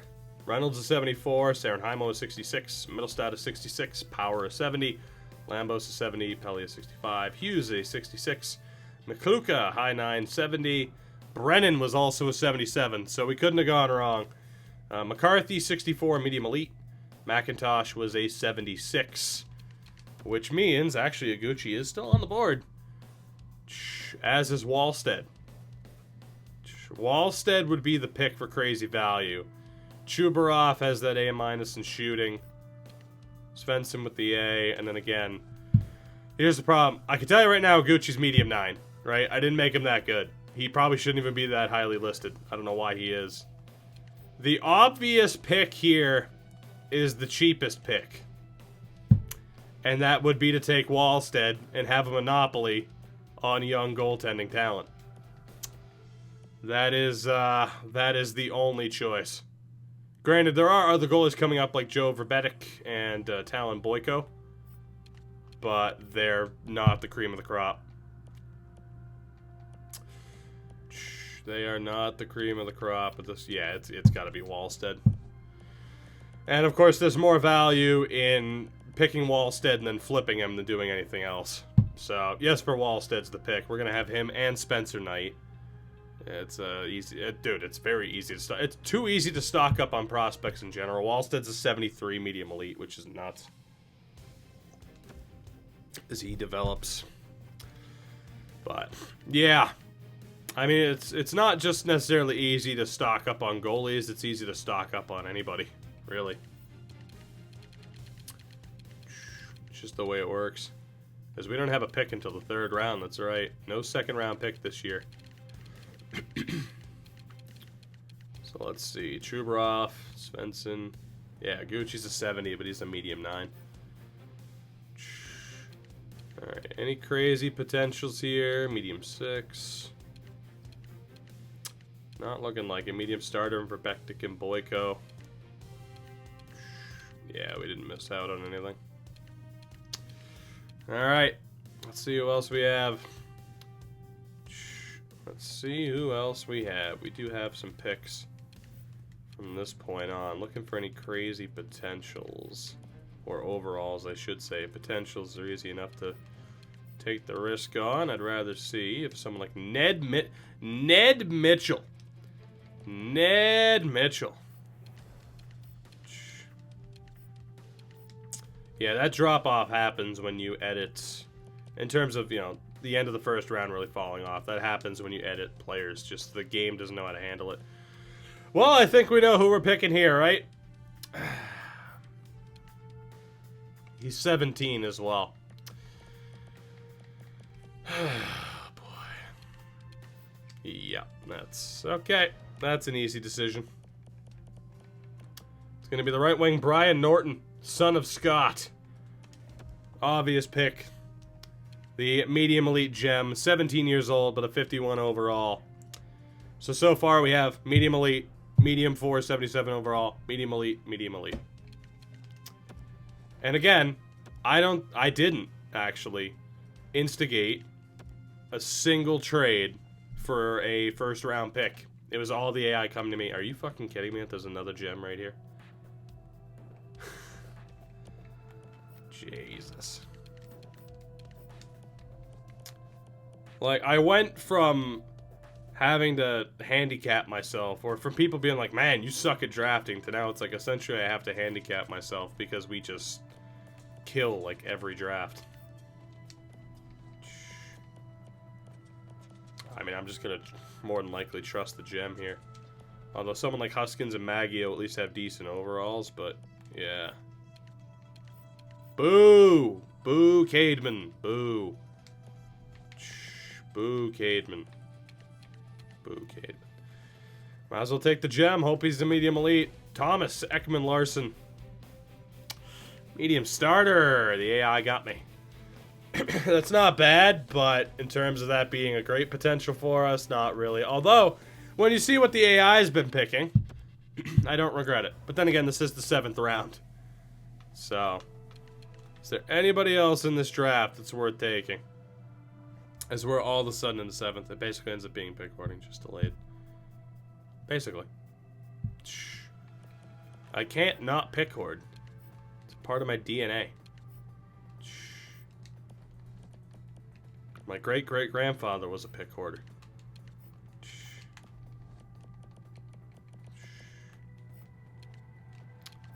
There's a lot of weird ways people could go with that, but we'll just leave it as is. Well, it's got to be one of the two defensemen, and this one's 17. So, Tommy Vinainen, congratulations. Hopefully you're half decent. Not really. Low 4, 49. I mean, the last two picks, oh shit, we have more. We have one more. Okay, let's see what we get. We'll hope for the best. Curry's still there. I don't really trust that he's going to be half decent, though. He's just way too lowly rated. Is there anybody with solid grades? Give me like C's across the board. That was close. Mannix Landry. You are definitely real with a name like that, though. Ryder Korshak. He's real as well, isn't he? Now the problem is like, okay, who's computer generated? Because you know the real world players are going to be pretty bad. Like Ty Yoder. He used to play guitar, right? There you go. Dallin? I know we've had this conversation before about Dallin and Johnny Hooker. But I mean, come on.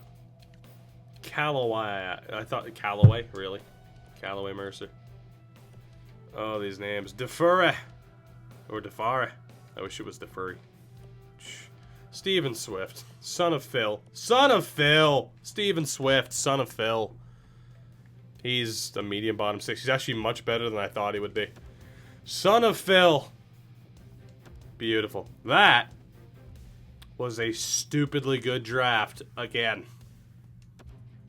Just disgusting to have ended up with those first 4 picks. That draft was indeed a lot of damage. That draft was indeed a lot of damage, as we'll have to deal with some of our scouts being on the way out, but that's okay. That is alright. goodness. Ah.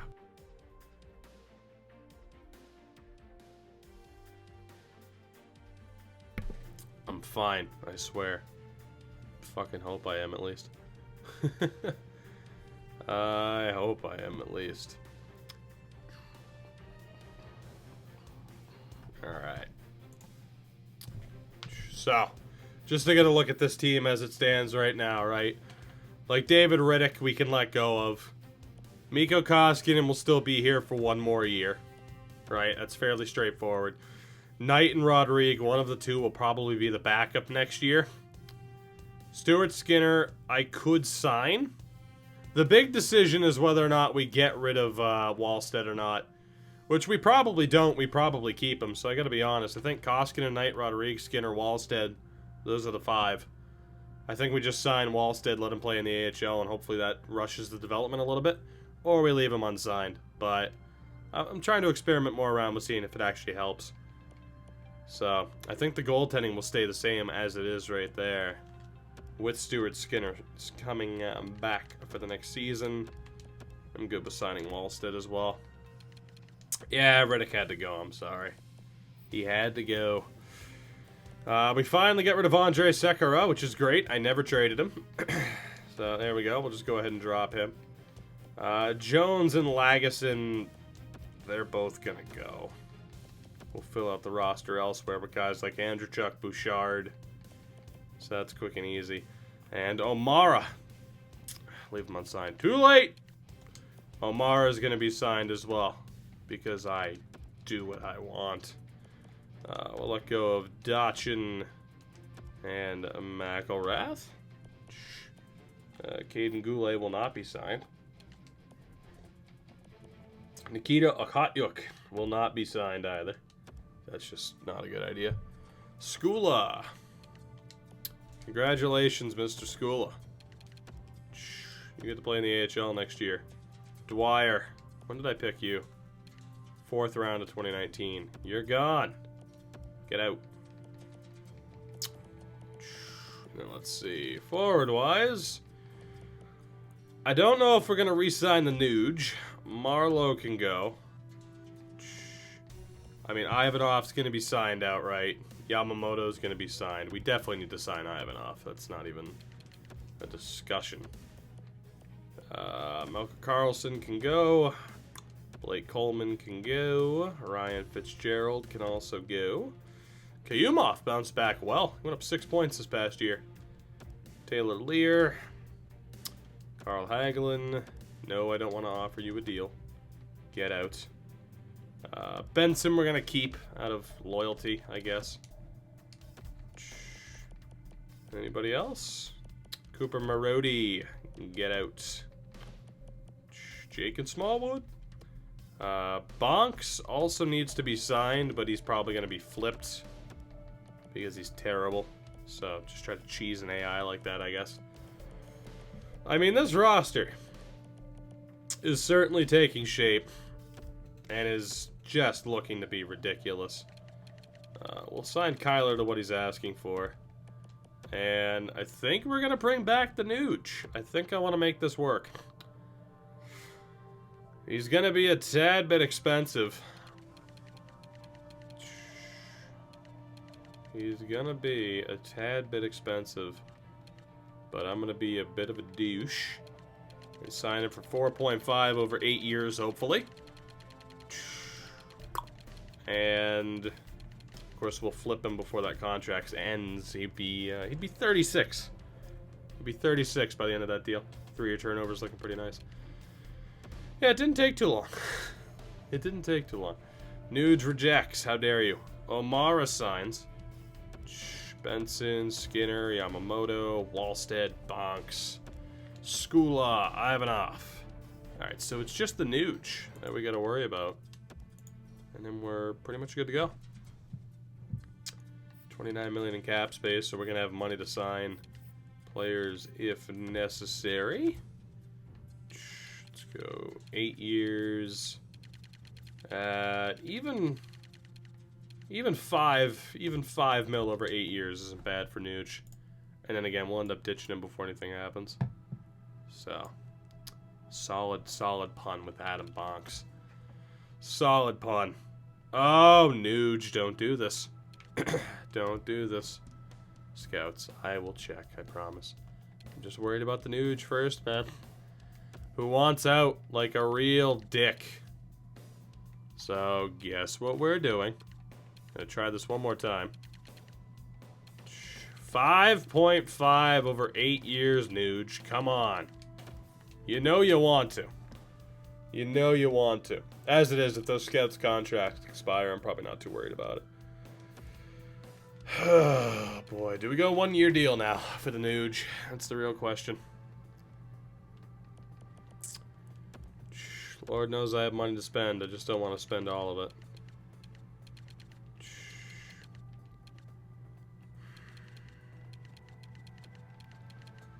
Alright, Nuge. You were making 6 anyway. I'll keep you on the same contract. Just sign for the...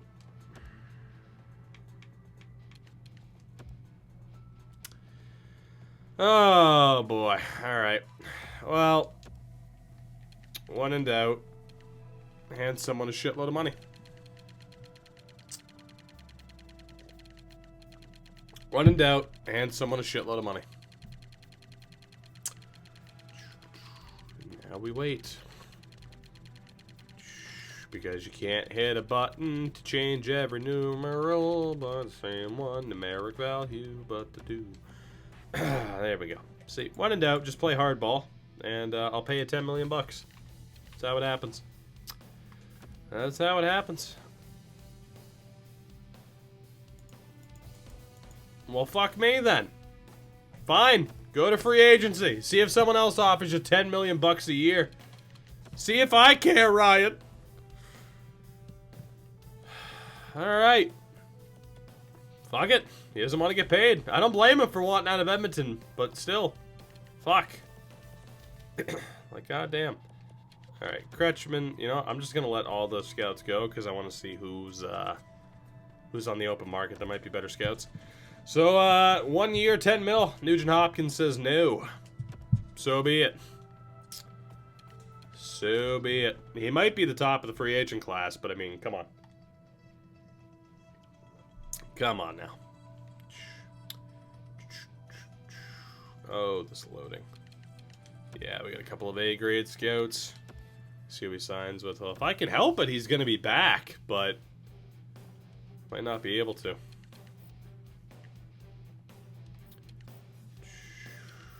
Alright, I need to sign some of these other scouts here.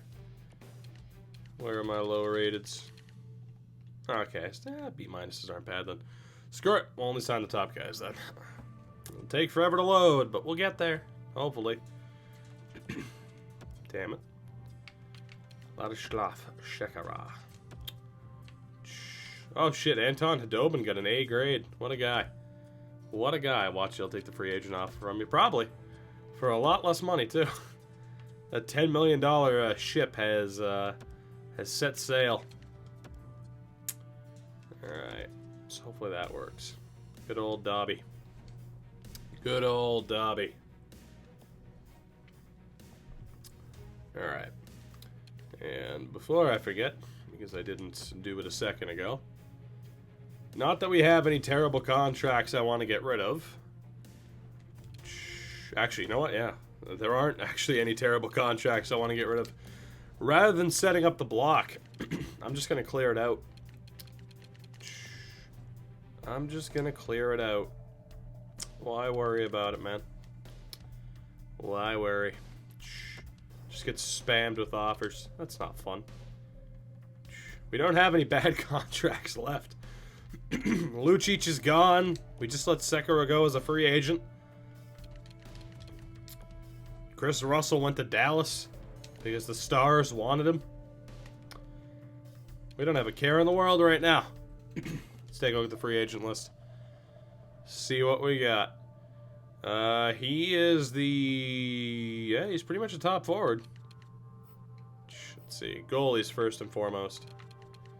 Aranta at an 89 is available, as is Tuukka Rask at 34. Carter Hutton. So yeah, there's no one to worry about. I could sign Aranta, But, I mean, look at the goaltending prospects we have coming up. I could sign him for the year. The problem is, though, I might do that. Prospect-wise, there's nobody. I'd be afraid of Ranta turning back into a pumpkin, though. He's He's destined to drop to like an 84. Destined. Has to be. Defense. Dougie, Pulock, Essa Lindell. Okay. That might also be worth it. In terms of prospects, only a couple of low 4s, but they're not the worst. I did not edit Ranta. Goalies sometimes go from like 80 overall to 87s because that's just how it happens. So, progress reports. At least, again, the problem is with progress reports this year is it doesn't show you, the overall that they started the beginning of the year at. So it's just kind of better to look at it the way I did with like, oh, hey, well, Spencer Knight's a 78 now, Which, I mean, Knight and Rodrigue are both going to end up being backup level, I think. Which means, to be honest, Knight and Rodrigue might be the tandem this year. It's not even worth signing Rask, I'd say. I think we just keep the same 5. And the AHL goaltending tandem might end up being Skinner and Wallstead, as nuts as that is. So I think I'm going to hold off because I want to see how good Knight and Rodrigue end up being. Defensively, we could use another top 4 defenseman. And then forward-wise, could also use a little bit of help too. So, we brought in Ty Berry last year. Dougie Hamilton might be changing allegiances in the Battle of Alberta. It's either him or Ryan Pulock. Or Essa Lindell, for that matter. Eliza, take it easy. You're not going to miss much more. You're not going to miss that much more. Essa Lindell, how'd you do last year? 25 points. It's not horrible. Pulock, 34 points. Dougie, 39. I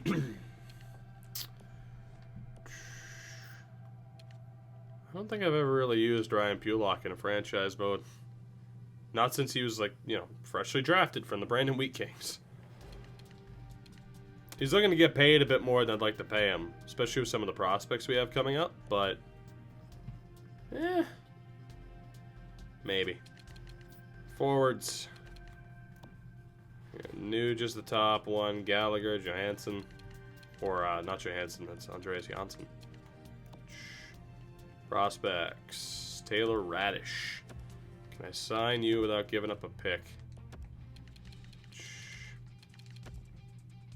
Let's just send that deal out there. Don't know if Tampa will be able to match it. And the rest are low top 6s, which I'm not as concerned about. Although Daniil Gutik's not that bad, but low top 6s, potential. So, really want to bring back Nuge. We have money to spend. We might as well. All right, Nuge. 7 years, 5 mil. Make it happen. Gallagher, Andreas Janssen. I don't really think we have space in the top 6 aside from one player. And then defensively, I'm going to try to sign Ryan Pulock instead of Dougie. It'll be a tad bit cheaper. I think that's all I'm going for right now.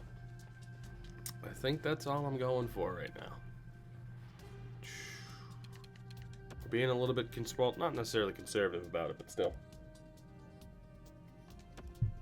2 out of 4 scouts have signed. Make that 3. And 4. Beautiful. Radish is accepted, but of course he's still an RFA. And we have Taylor Radish. Didn't have to give up anything to get him either. Ryan Nugent-Hopkins has gone to Arizona. Have fun. And Ryan Pulock also rejected. Wow. Okay. So we bring in Taylor Radish, who's just kind of more of the same, but Nuge and Pulock both reject. So defensively, there's no big names left. I think we're good. I could bring in Gallagher, but I think now I'm just going to wait. So we get spurned a little bit. I'm definitely going to have to sign some players to some big time money. But that's okay. I don't necessarily have to do it now, but I think I will. I can wait until the start of the season, but yeah. Marlo Kovalchuk, Spezza. Let's go with, is that Marcel Gotch? What a guy. Marcel Gotch, congratulations. You're getting paid. There you go. Former Shark. Former Shark's great. One of the greatest German-born players of all time. Marcel Gotch. What a guy. When did Marcel Gotch stop playing in the NHL? 2015. Wow. Played for St. Louis in 2015. That is nuts. Marcel Gotch. What a guy.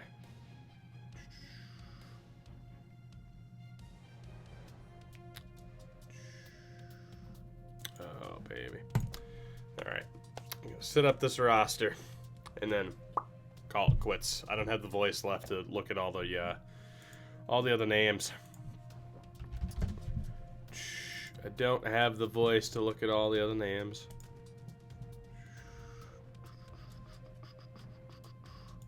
God, I can't wait for the other part of the lighting system. Check free agent ads. When we check the rosters, you'll be able to see where the bigger names went. Easier to do it that way, instead of pausing, simming a week, and then checking, and then simming a week, and then, you know, so on and so forth. It's a little bit easier with the alternative way. Oh, boy. Alright, come on. Come on, EA. I want to see what kind of development we have out of our players here. And I just want to finalize this roster. But when we continue this, don't let me forget about setting up the scouts, because Lord knows I don't want to do it again. Which is why I'm going to do it right now. Just to get it over with. Can we get a counter?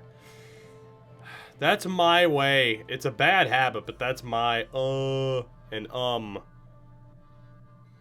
It's just to not have the silence there,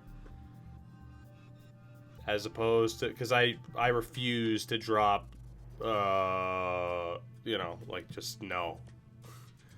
I'll instead just go with the half sigh kind of deal half the time. So, you know, let's see, we need Scout to move over to the dub. Gonna be Tiny Schwartz. You get to go to Western Canada. Have fun freezing your nuts off. Although the O might be even colder. Maybe. Felipe, how'd the short stream go? Gotta always be. That's a shirt coming soon. Always be in. Alright, we need a German scout and an extra SHL scout. Raymond Helbert, you're not great in the SHL, but there you go. You need Vinny Lachette. I don't know if I do. I think that would be a personal preference thing, don't you? Sounds to me like someone's playing favorites. Which is fine, I do that all the time too. Whoops, you were supposed to go to the SHL. Okay, well now one of you three can move. Guess what? It's gonna be you, because holy shit. Shulance. Oh, I know. We have Shulance. Like Brian Burke wouldn't believe. Alright. So, you get to go to Germany. Dobby. Dobby goes to Germany. A documentary. And with that, we do not have to worry about scouting until next season. Thank Christ. Alright. So, first things first, especially after last year's ridiculous development. Just to look at unsigned players currently. Caden Goulet cannot be signed, so we should be fine. And yes, of course, that was Jake Smallwood. So, what do we got? What do we got? Goaltendies. Rodrigue and Koskinen. Spencer Knight's backup level.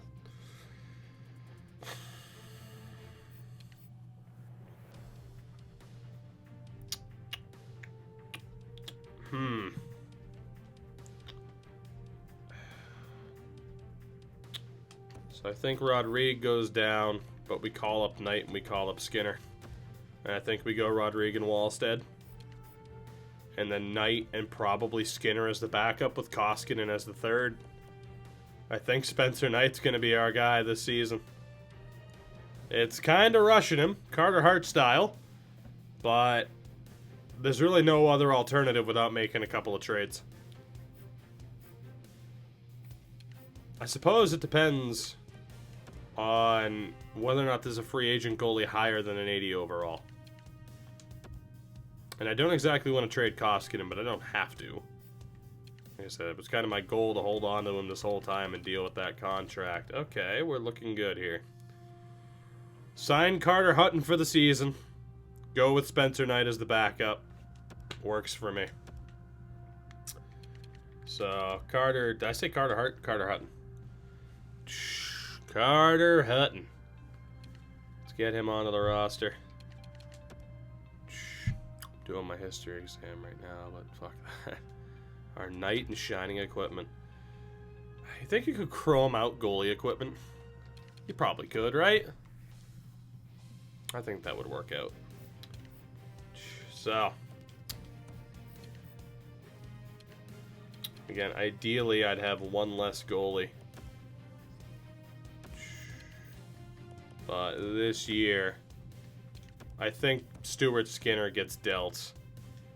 More than likely. So it's going to be Hutton, Knight, and Koskinen as the fifth goalie.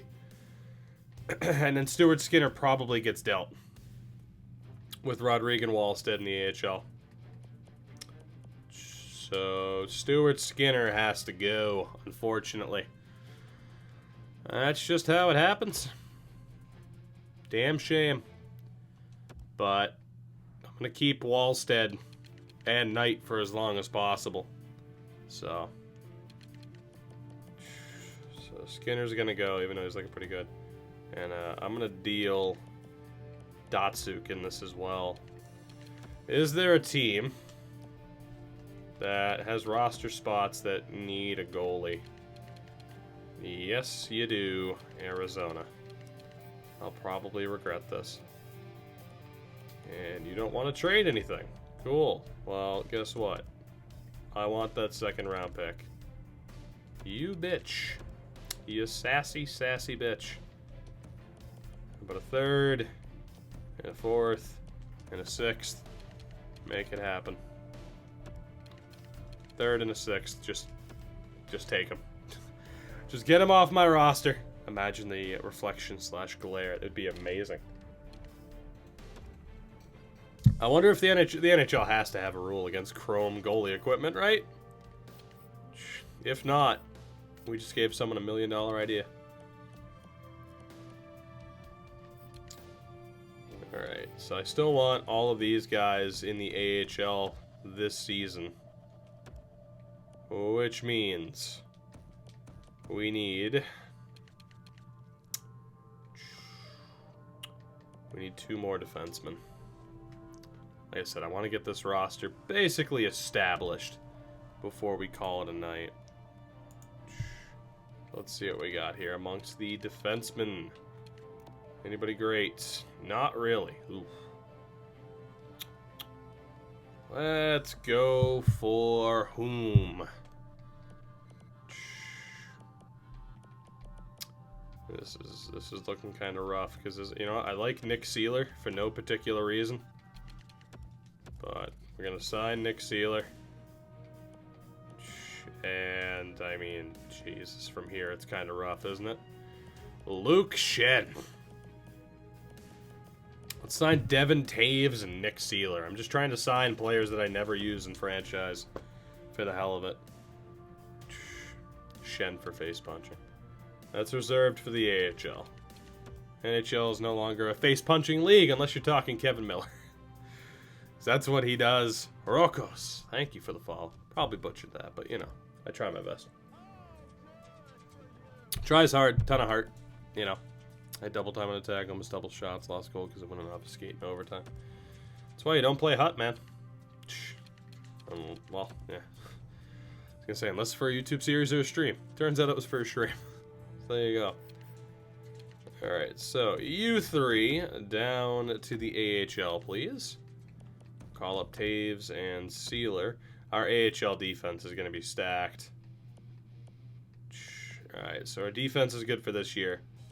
It's not good in general, but it's good for this year. And we need probably 2 depth defensemen. Under a 69 overall, which of course is very nice.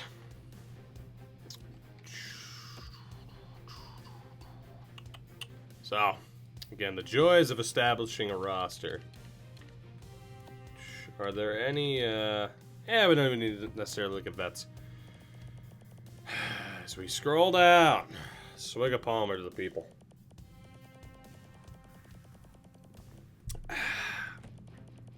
What a beverage. What a beverage. Oh my god, this is taking forever. Just get there. Please. Please? This takes so long. This is taking so long.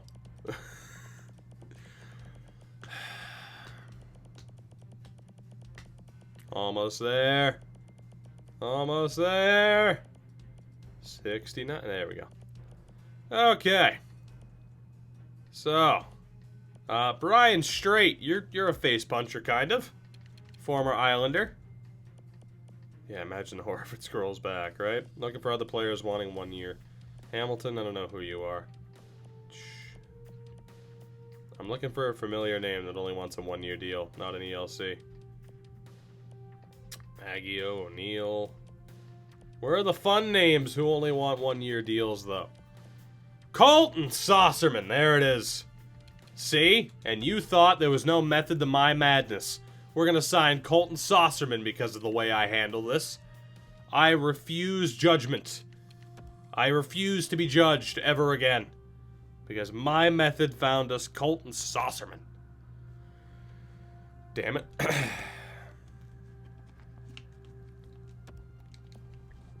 Now he's gonna be a depth defenseman, but still, he's here.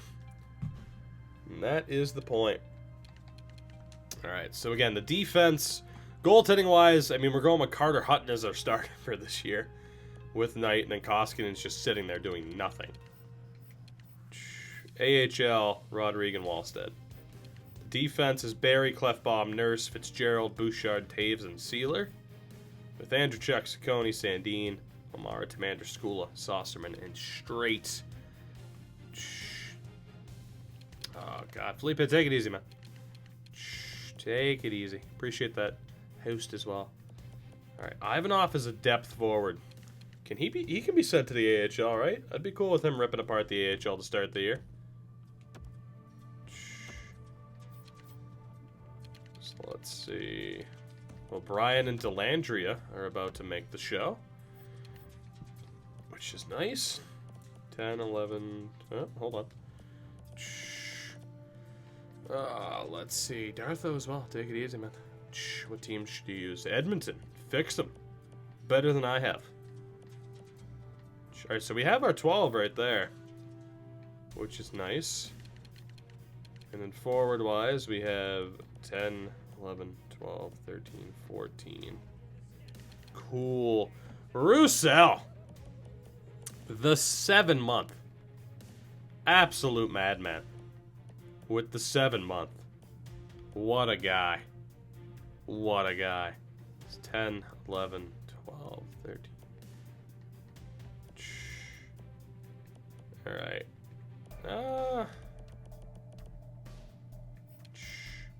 See, forward-wise, I just need a depth forward who's below a 79.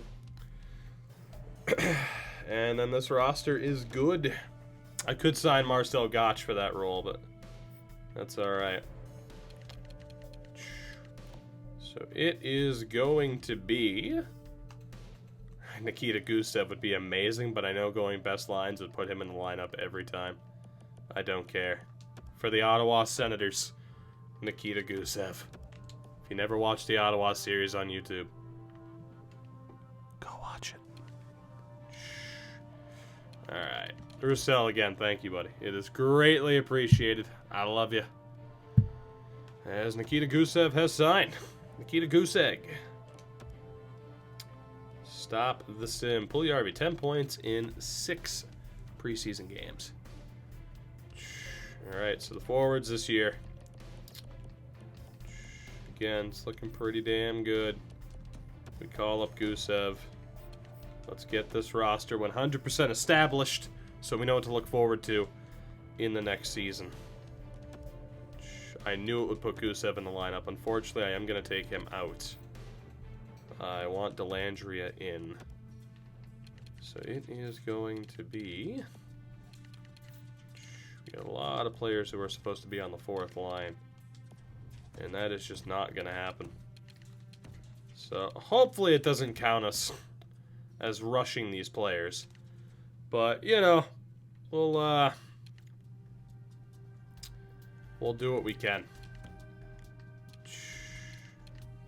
We will do what we can here. So let's see, 76. Alright. I think that's it. Unless we play Draisaitl, McDavid, Puljujärvi, which is just nuts. I think we just stack it. Draisaitl, McDavid, Puljujärvi, Penner, Patainen, and yeah, Mamoto, Kayumov, O'Brien, Dellandrea, Tessier, Ratcliffe, and Radish. So, I mean, this team has definitely been built off of capitalizing on terrible AIs. Terrible AIs. But tell me, for the start of Season 4, that this team doesn't look ridiculous. In terms of potential, the top line is nuts. Penner, out of nowhere, has turned into one hell of a player. Ridiculous shooting. It's not a bad little squad. Defensively, it still needs a little bit of work. But Clefbaum, Barry, Nurse, Fitzgerald, Taves, Bouchard isn't horrific. And then goalies Carter Hutton for the one season with Spencer Knight as the backup. Healthy scratch to Koskinen, Sealer, and Gusev. And then down in the AHL, we have Rodrigue and Wallstead, which is just disgustingly good. And we need to get Skula in on defense, which again, I'm not even going to organize by best potential. It's just so stupidly stacked. And for centers, we need to bring in McLeod and Olofsson, so Christopher can kick rocks. Nobody wants you here. Not Esposito. Not Esposito. Although, the medium nines are now in danger of being removed. So, Maximoff, you are the first on the chopping block in case we have any other centers. And lucky for you, we don't. Sweet. So now I guess just, we'll overall, or, you know, we'll go by overall. Why not? Let's go by overall more than anything else. So... not a bad squad, man. Let's go Ivanov, Pitlick, and Suzuki. Benson, Rask, Lodnia. Rask is a center. Indeed he is. Beautiful. Not bad. Who else can play center here? That's it. Again, just the squads are so stupidly good heading into this 4th season. I don't know what our rating is. Hopeful. It's about accurate. That is about accurate. What is the overall team rating here? 93, 91, 88. Of course, I hate that formula, but still. Point being, the Oilers are looking good.